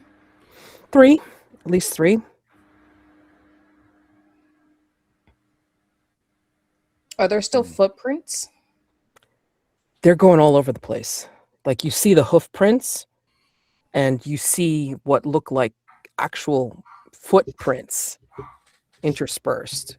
They could be recent, they could be old, you're not even sure, but the hoof prints are, all over the place too. As if whatever that thing is like it's been running around the cave system or making their way around. I think we're going to have to explore all these, so we should just pick one and to start with, you think? How about how about we go left, and then once we finish that way, we can come back here and backtrack to here to take a look at the other paths. How's that sound? Yeah. And then Irene gets something out from her backpack, and it is like this holly garland that she'll like make pin it or like basically attach it to the wall somehow. Very similar to like how you follow a labyrinth. She's gonna have like something for us to follow in case we get lost. Okay. And hopefully we get Jimena back. Oh gosh. Oh no. All right. So you make your way down, and then you're tracing the path back, Irene. And you start to hear this murmuring more as if something is talking to itself, because you don't hear like any answering response or anything. And it seems to be coming from one of the recesses that's going into a larger cave opening, and you can follow that through. And I would like to see, let's see, if somebody wants to make a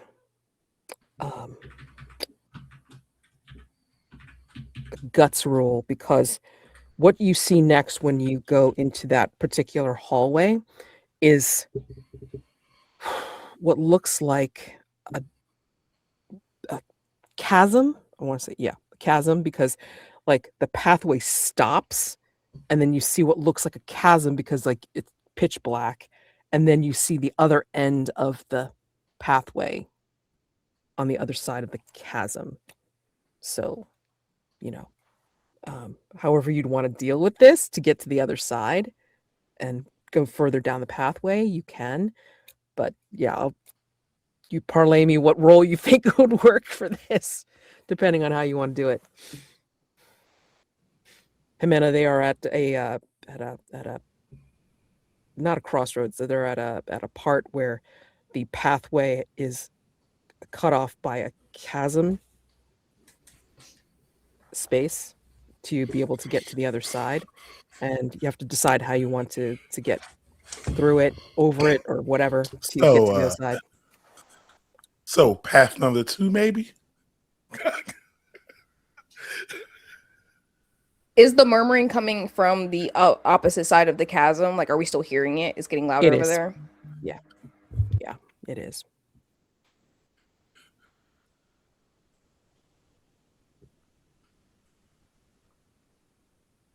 And I will repeat myself when saying, like, you can have anything the hell you want in your backpack, because like he does say that out loud, like when they see the chasm, perhaps we should go to try path number 2. I'm not for chasms. I wasn't built for chasms.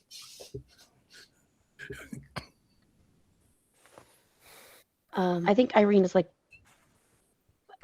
look, I don't know if this is gonna work, but and she'll like get out from her backpack. There is like this little metal container of a bunch of these different seeds, and she's gonna look over at Magnus and be like, I'm not good with magic, but you're the best person to grow plants I've ever seen. Maybe we can grow a bridge or something. You're okay with me helping you? Of course. Magnus, you're my best friend. And there's like this quiet part where it's almost like she doesn't say the last bit. And says, I don't know what I would do if you weren't in my life. Irene. And, he'll place his hand on top of yours, on top of the seeds. And I think you see, let's do a stories roll on this. I'm curious to see what will happen. And remember, you add +1 for your hidden talent. Okay. I get a +3 on that. That is a 4, and I rolled a nat 1. What the heck? Oh my God! What? Okay, so let's see. +4. Okay, I mean 4. 4. You can fail, or you can ask to succeed at a cost. Let's see, a cost. We love a good devil's bargain. I love a good devil's bargain. I'm leaving it up to the table. Like you suggest some devil's bargains here. What could be a cost? No, if anything happens to Magnus, I will riot. I mean, there can be other costs. There can be other That costs. doesn't have to I be mean, that one. you lose something. I don't know. I don't know. Whatever happens, no matter what. I don't. So at least I think for Irene, her backpack like has all of her like most important things, but it's like also her most important memories. And I think that it is one of those like the infinite bag type situation. And maybe the magic that has been kept, like the last magic item she had left was this bag. And maybe there's some transmutation of magic where it leaves the magic of the bag, the last thing she had left from her adventuring days, to be able to grow the bridge.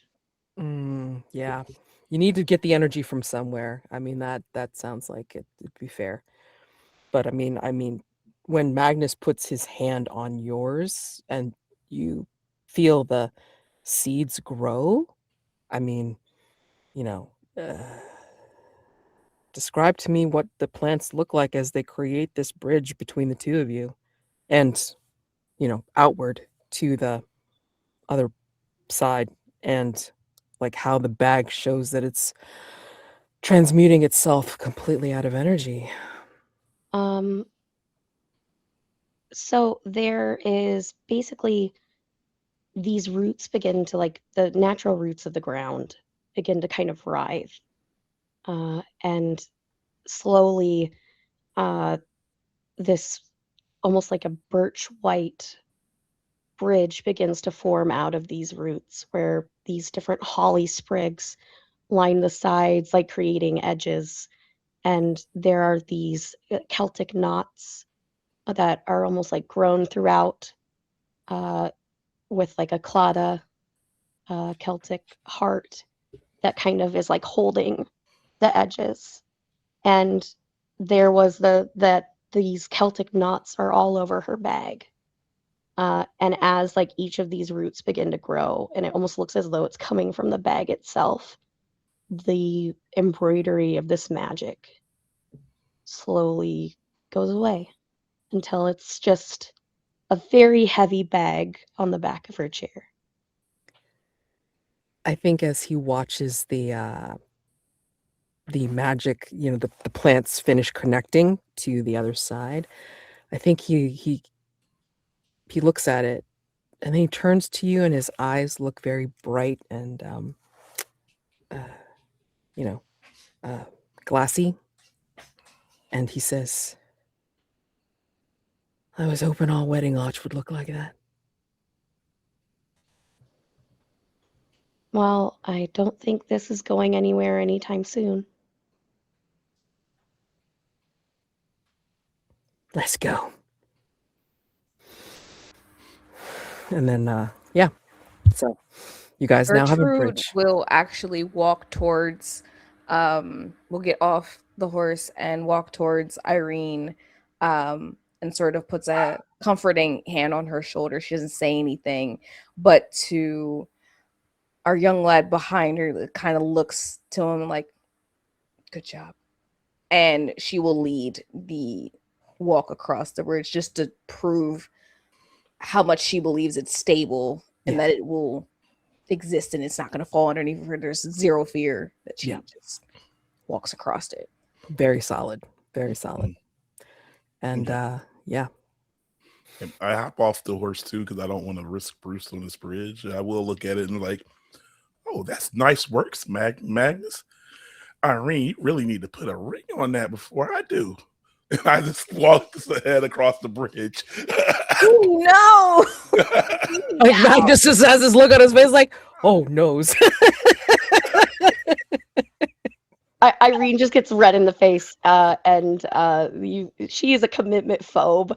Absolutely, she has been hanging like this guy has been hanging around, and they basically have lived together for like 20 years, but it's just like, yeah, that's my person.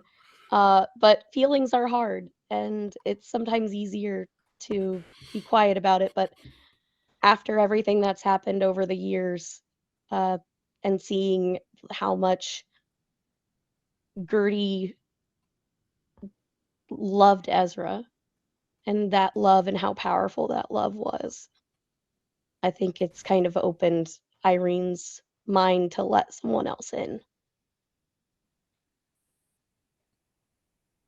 Yeah. So you move forward. That murmuring gets louder as you go across the bridge and you make your way further down the passageway. And then you will come into this, oh God, how do we call it? Not amphitheater, but like kind of like this balcony type of area where you will find yourselves looking down into a like cave floor, like, more than a few stories down. And like you see what looks like that Krampus thing, like walking around on its two cloven hooves, and it is immense. Like it is like about 7-8 feet tall on these legs, like covered in fur with the cloven hooves, and it's got a broad back and horns coming out of its head. And like as it kind of snuffles around, like it looks almost like it's not a full human type featured face. It actually looks more like a bull, and like more bovine. Yeah, definitely more bovine. And it's just kind of like snuffling around, and like you see the presence, like right sitting there, like at the other side of that cave floor. They're all stacked neatly for some reason. The hell. And yeah, he seems to be muttering to himself and just kind of pacing back and forth.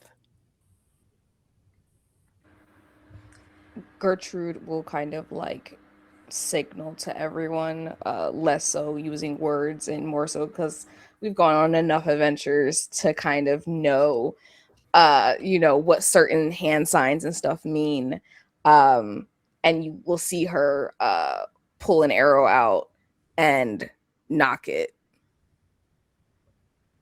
kind of waiting to see what the rest of you will do. But she is ready to shoot from this distance if need be. Can I would like to, could I go back just a tiny bit and say when we got to the edge of the bridge? Yeah. Could I have pulled out that ring of whistles and whistled on one? Sure. Knowing that it was probably going to take like 5 minutes or something for a friend to show up? Oh, sure. Absolutely. Okay. And you have that monstrous help, so you can, like, when it gets to that point, you can tell me whatever the hell this monstrous help looks like. Yes. I will take the longest of my pointy sticks and give it a little spin and like look at Gertie, and I am also ready. Like the second anybody wants to tell me like this gonna pop off, like I'm ready.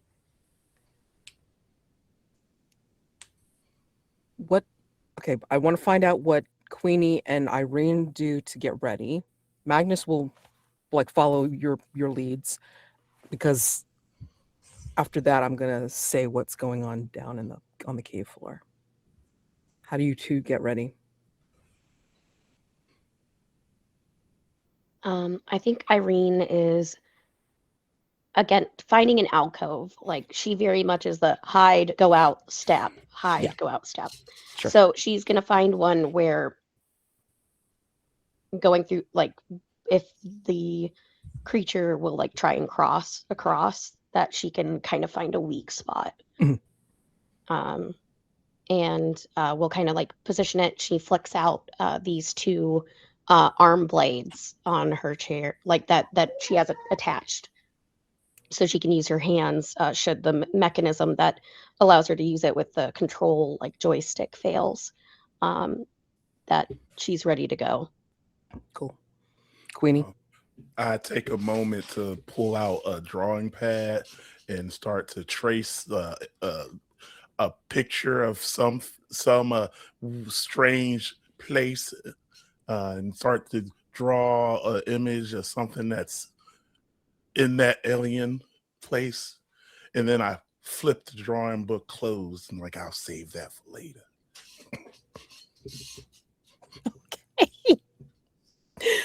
Alrighty. Because as you are getting ready to do what you're going to do, I think you see the monster, like, suddenly whirl around and, like, get ready to defend, like, putting his back to the presents, to the gifts, as if he's not going to let, like, somebody, grab them, whatever. And you see, coming from one of the other pathways down there on the cave floor, you see what looks like Horace, Jimena, but this is not Horace dressed in town guard uniform. This is Horace wearing what looks like Huberfink's outfit. And he's looking, like, kind of really splendid and all this kind of stuff, like, because he's got like fancy, not big armor, like not knightly armor or whatever, but he's got, like, what looks like chainmail, like, underneath the big, like, ornate robe or whatever, and he's got, like, a nice sword, like, at his side and everything. He's not gangling anywhere. He's not doing the Horus thing at all. He sounds like the sound is bouncing around so much you can't quite, like hear what he's saying, but it looks like he's advancing with the sword out, as if he's telling the creature to stand down.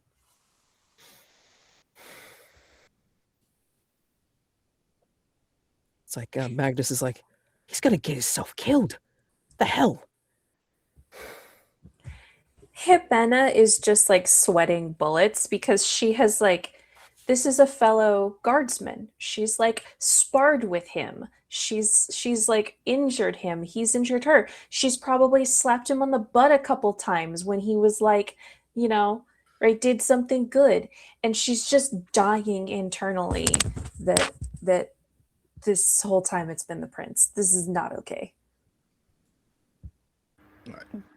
Gertrude, in the same vein, is also opposite side of the same coin.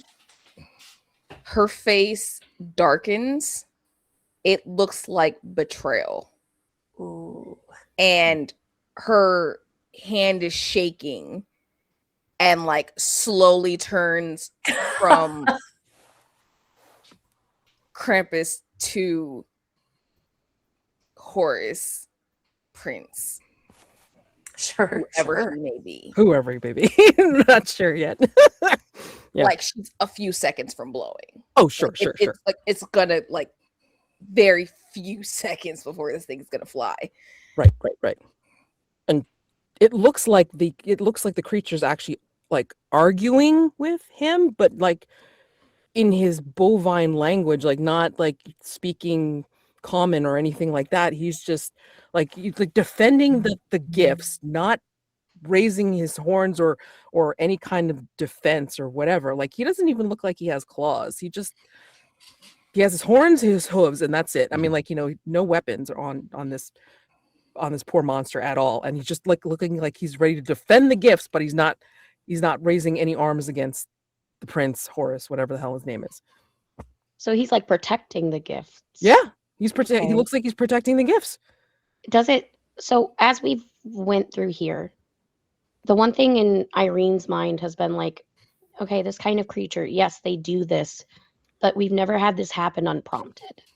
Like the fact that this is just randomly happening on the year that we're supposed to take care of it.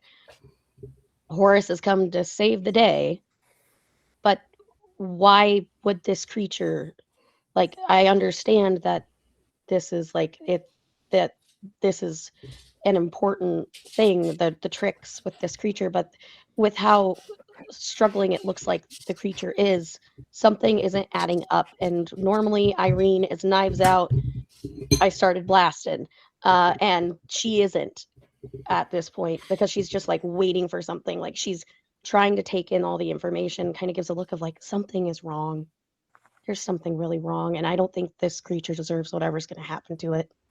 Yeah.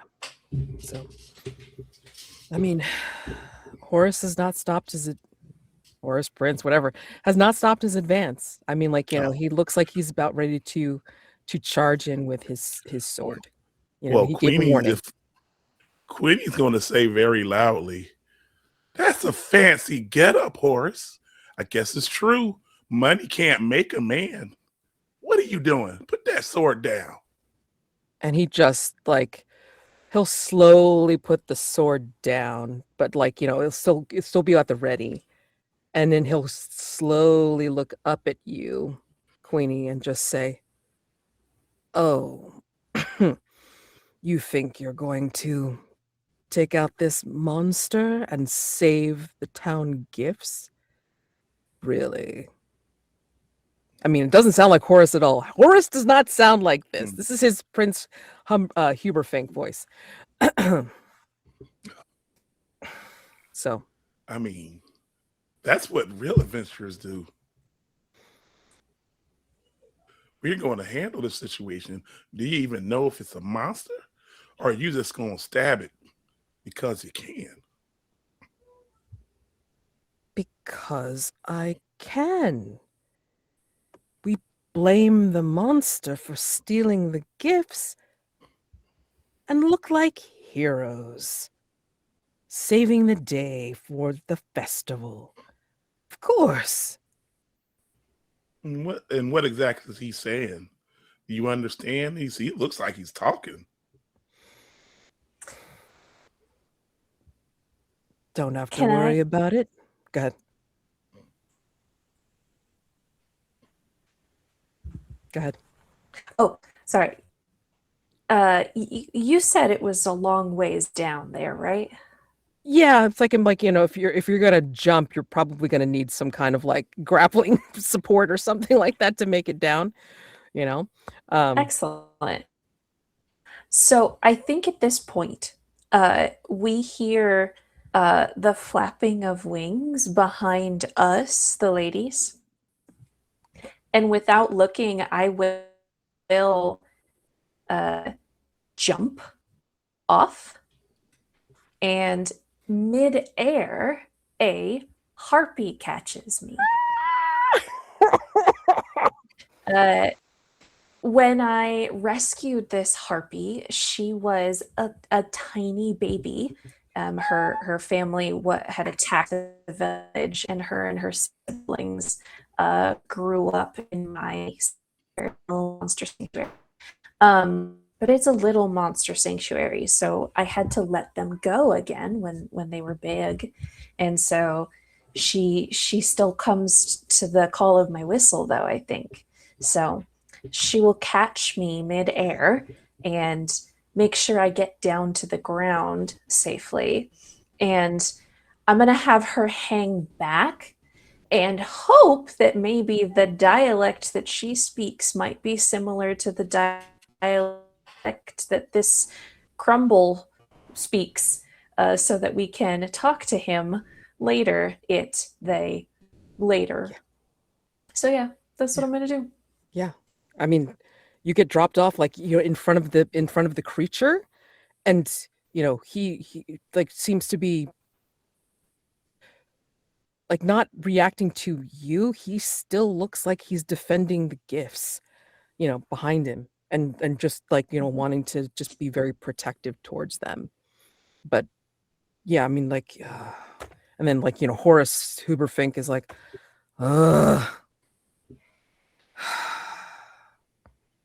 why'd you have to get in the way, Jimena? Now I'm gonna have to kill you. The second he says that, do I have a clear shot on this guy? Sure, yeah. Is there an open spot? Because I'm sure he's wearing like very nice clothes, but is he wearing? You said chainmail, like a chainmail shirt and whatever. Yeah. I mean, like, let's see. You tell me, what do you think applies here? Guts, hustle, or grit, or whatever?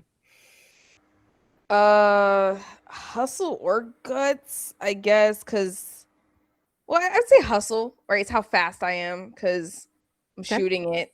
Sure. And after he says that, after the threat. Okay.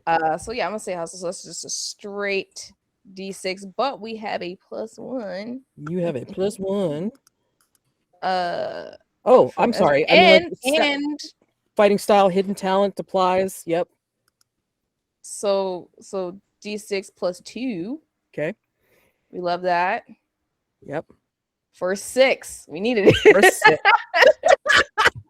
It's good. You're good. All right. So you tell me, like, what does this look like as you get a beat on Huberfink, Horace, whatever? Yeah. It's not like she ever had any intentions of ever crossing those lines with this guy. But there is something really unnerving about seeing this situation happening the way that it is and channeling who she feels like she's now supposed to be, which is the paladin, the shield of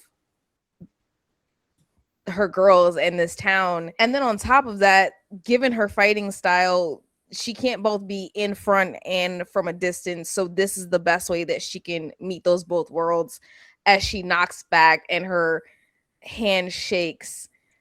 And I think only Queenie and everyone up here can hear it, but she basically mutters, "Merry Christmas, you filthy animal," and she lets it go. Where is she aiming? I'm just curious, like, to know where she's aiming. Given he's wearing chainmail, I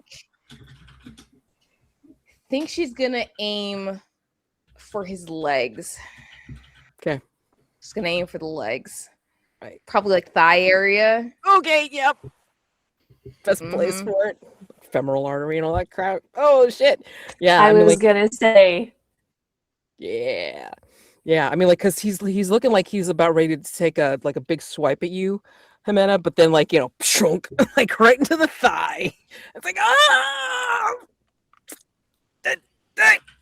And then, like, he just goes off to the side, and it's like, and then, while that happens, it's like you hear from behind you your harpy talking to, the creature, and like they're discussing something. I mean, like, it's like a combination of like her screeching and him, like, mooing. I don't know, like, whatever, and like they seem to be communicating fine. It seems to be working out, and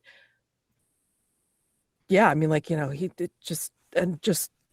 seems to be pointing over at Horace and, like, gesticulating, but I mean, like nothing that he's making to attack you or anything like that. He's not doing any of that. He's talking with your harpy friend. That's it. And Huberfink's like, so what are you gonna do now? You got me down. We still have to get the gifts back. How many princes and princesses do you have? Family members? Just asking. What? I mean, it'll affect what we might have to do. Like, how many brothers and sisters you got? No, that is correct. because we don't have to get gifts back.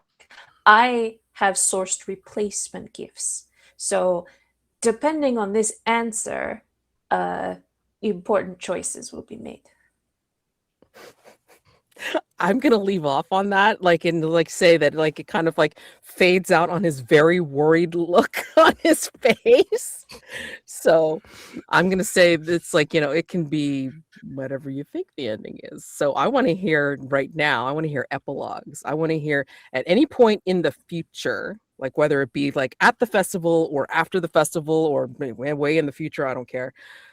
You tell me what happens to your characters. Like how does this go? I mean, like, and you can tell me, I mean, try to stay specific to your character or any like NPCs associated with you or what have you. But I mean, like, yeah, I mean, if you want to talk about like what happened to, Horus or whatever, you can totally do that if you want. And the creature or whatever. So that's fine. So what do you think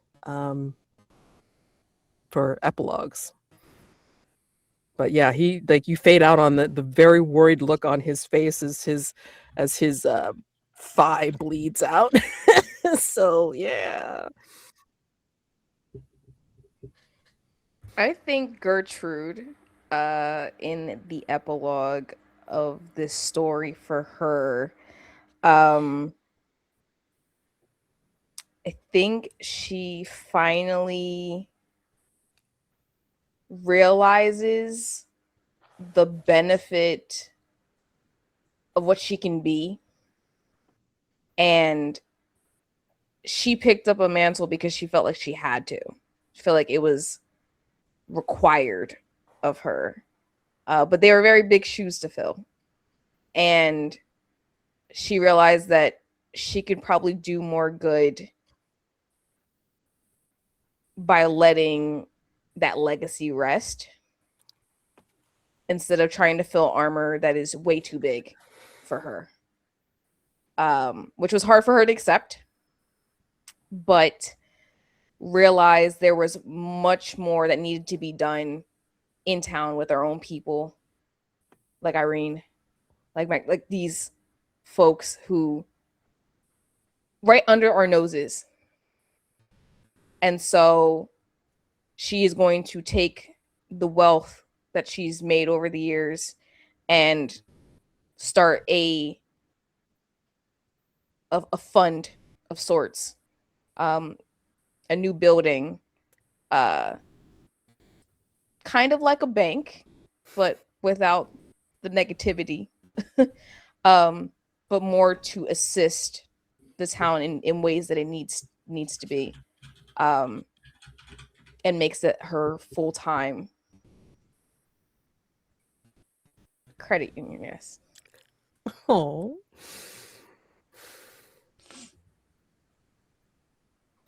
She hangs up his armor and lets Magnus fill those shoes. Make sure he gets paid the way that he should, and realize that sometimes you're not the best person for the job, but you might know the best person for the job.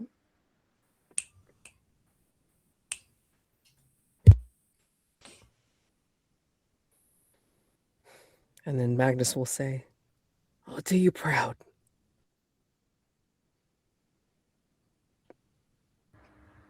You do owe me.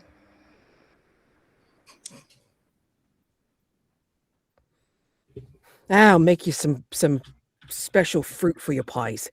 Oh no. No, my dear. You're gonna finally make an honest woman out of her. She won't say yes. Try it. I'll try again. All right. You're gonna do great. I believe in you. Thank you.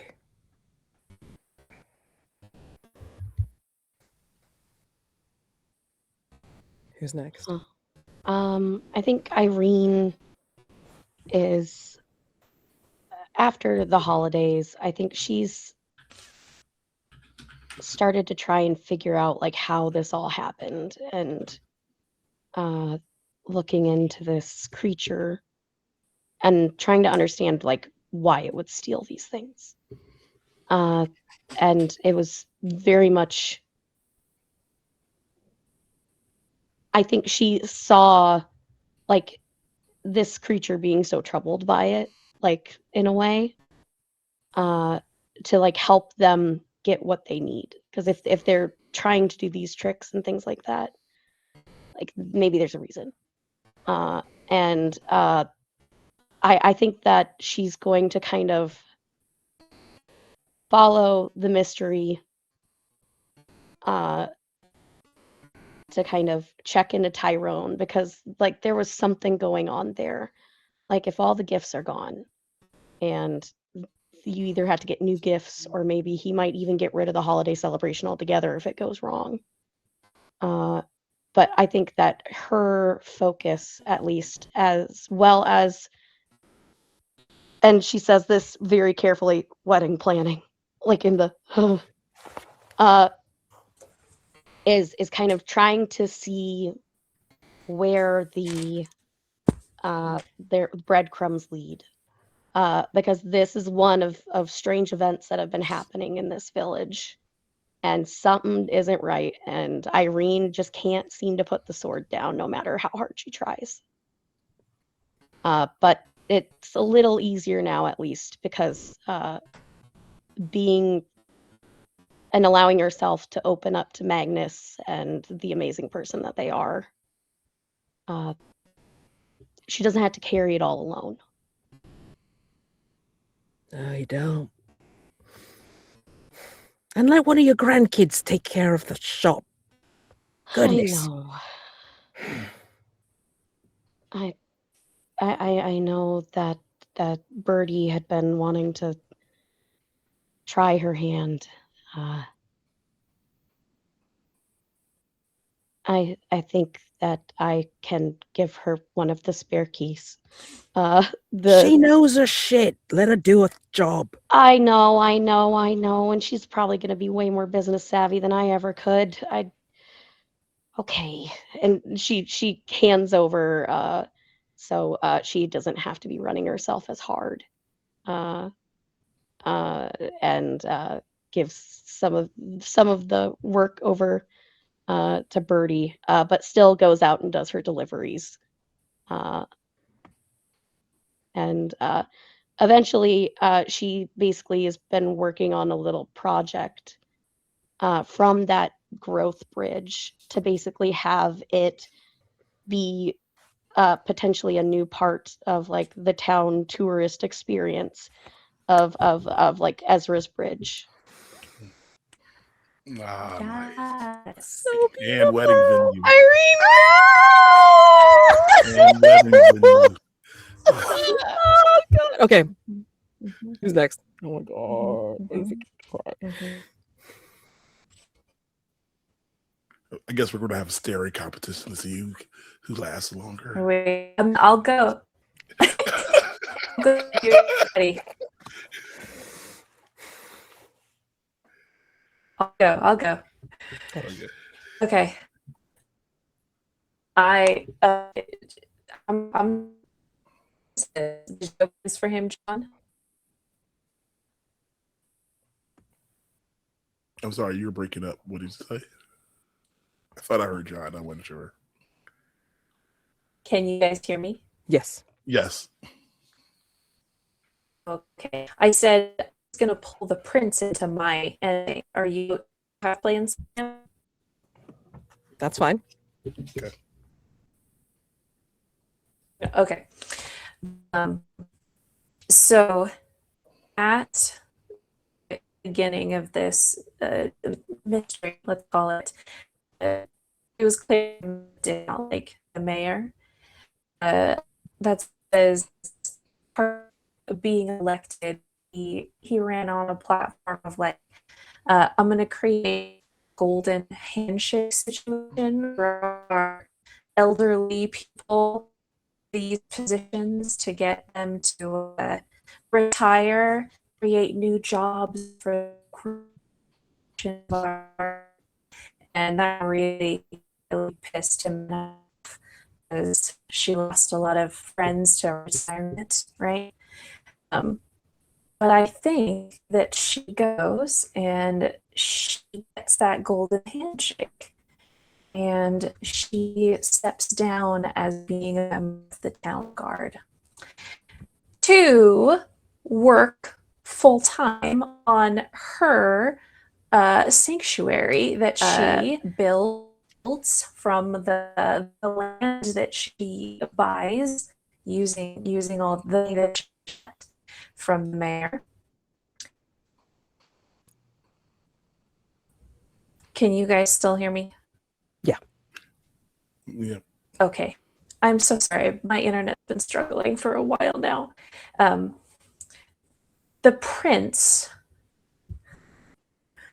kind of made sure to die there in that cave, and she brought him back to her house and not allowed to go home until he's learned his lesson. So he's not the prince anymore. He's just Horace, the same Horace that she's like beat in sparring practices and tended to his wounds when he got hurt and joked around with him. He is working there at her sanctuary so that he learns the lesson in the value of all kinds of life. We don't kill monsters to make ourselves look good, young man. And he writes letters home every once in a while to let his family know that he's still alive and that everything is fine. But he's there. Him and decides he's learned his lesson and then he can go home. Oh my god. Amazing. Deserved. Terrific. All right. So I was trying to rethink it because I was going to do Prince too, but now that I think that Jonn. he's good, I will. No, it's fine. I just need to. I'm kind of revising what happened because I like what you described way better than what I was going to do. So it's cool. I think what is happening though is she is in a picture room where you see many drawings of different people and pictures of herself, and she takes out she's unpacking from just getting back from this most recent adventure. She's like flipping through the drawing and says, "Unfortunately, I guess I won't be adding you to my collection." And then closes the book and sits it down and sits it to the side. And she's like, "Bruce, zip me up. I have a hot date." And Bruce somehow comes up with his heart behind him, and you hear a zip sound as this like very like sheer dress is zipped up so that she can go have a date with someone's rival. I knew it. I knew that was gonna happen. Yes! I knew it. And you see you see her like sauntering off with unnecessary amount of hip shake for no one to be able to actually see. This is just how she walks. It's very Jessica Rabbit. It's just like this is just how I walk.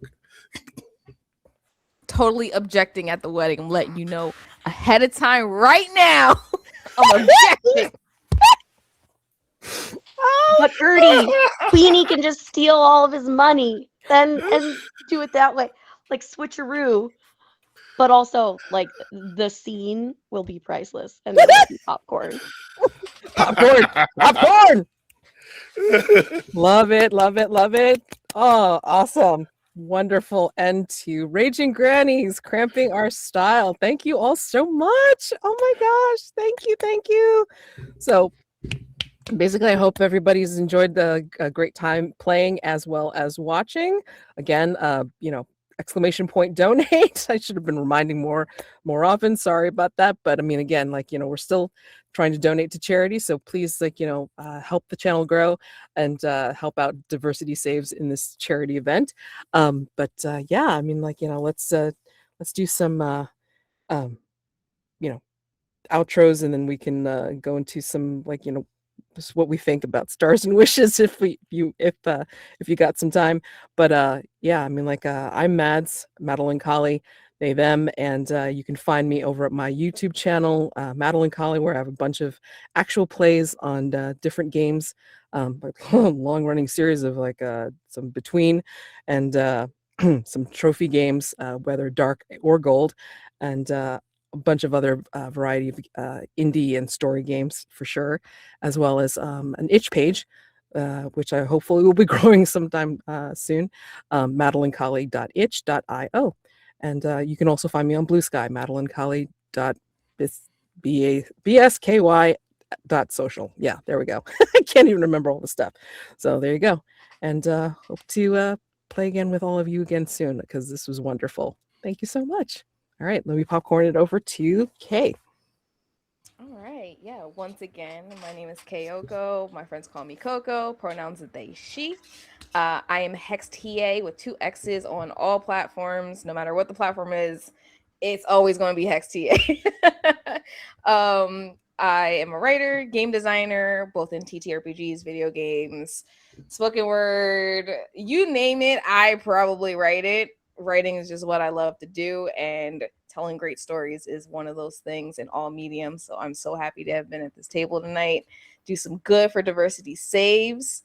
You could always donate, by the way. That's not just when we're having these charity streams. You can always donate if you go on their website. And yeah, I'm super happy to be here, and I would love to play with you guys again.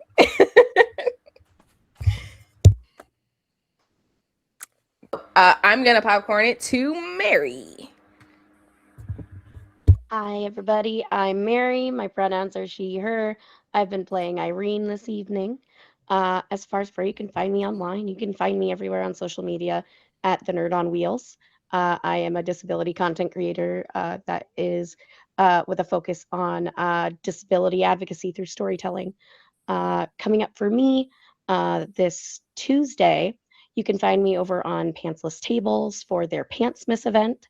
We are playing Mystery Business and investigating a monstrous snowman. My goal is to be kidnapped. I am playing the Daphne character, and if it is my goal. So if you want to see if I get kidnapped, go ahead and check that out Tuesday morning. That is at 10 a.m. Central. And then Wednesday, you can find me on Nerds with Dice, where it is the second part of a 3-part Vesson adventure. That is the Winter Solstice at Newgrange. Our investigators are currently trying to figure out where their missing person of interest is, and also dealing with some strange characters at a weird abbey. There is plant monsters and all kinds of ghosts and creepy crawlies. So if you like horror, go check that out. And then Saturday, you can find me on Nerds with Dice for Fields of the Dead. It's a zombie apocalypse adventure that is set in the Midwest. We make the apocalypse queer. We're prepping for a big gay wedding at the end of the season. So if you want to see us murder some zombies and also share in the joy of queer relationships, go ahead and check that out. Popcorn it over. Popcorn. Yes, I'm going to popcorn it over to Jonn. All right. Again, hi, I'm Jonn. He, him. You can find me pretty much anywhere at Sleepy, SLEYPY. If you somehow find a Sleepy that does not look like it has content from me, it's probably instead Sleepy 2000, because some terrible person on Instagram stole my username before I could get it. So everywhere except for there, I'm sleepy. SLEYPY. I don't have a whole lot of projects going on. I am doing some development, writing indie games, but I haven't actually published one of them in a couple of years, and they're like smaller things. I am taking part in barely a RPG jam right now. And Susan left? The Susan? Yeah, I popcorn it over to Susan. Yay! When my internet is stable, I am Susan Quintana, and you can find me on Instagram. My personal account is at neither right nor wrong. That was I am a teacher writing and a creative writer myself. But you can also find me on Patreon and Instagram and Facebook, Novel Games Podcast. I am the producer and editor and host of that podcast, where I take indie tabletop role-playing games, gather my friends, and we try to tell stories using those games. We are currently wrapping up our story that is Apocalypse Keys, which I in the background the camera all the time as product placement. That's it. That's me. Who do I popcorn it to? Back to Mads. It's fine. Back to Mads. Yeah, no problem. All right. So again, thank you all so much for joining me at my table this evening. And, it was a wonderful game of Raging Grannies. I hope you all enjoyed. And, we'll do a little bit of round of stars and wishes if you want to hang on and listen for it. If not, then, hope you have a wonderful night. But yeah, we're just gonna debrief and see what people liked about the gameplay, role play each other, and if they want to play this again next time. So yeah, hang on, or sign off. It's fine. Again, remember to donate, ! Donate, and then also give, even without the charity event. Okay, so catch you whenever you have gaming. All right, thanks God, guys.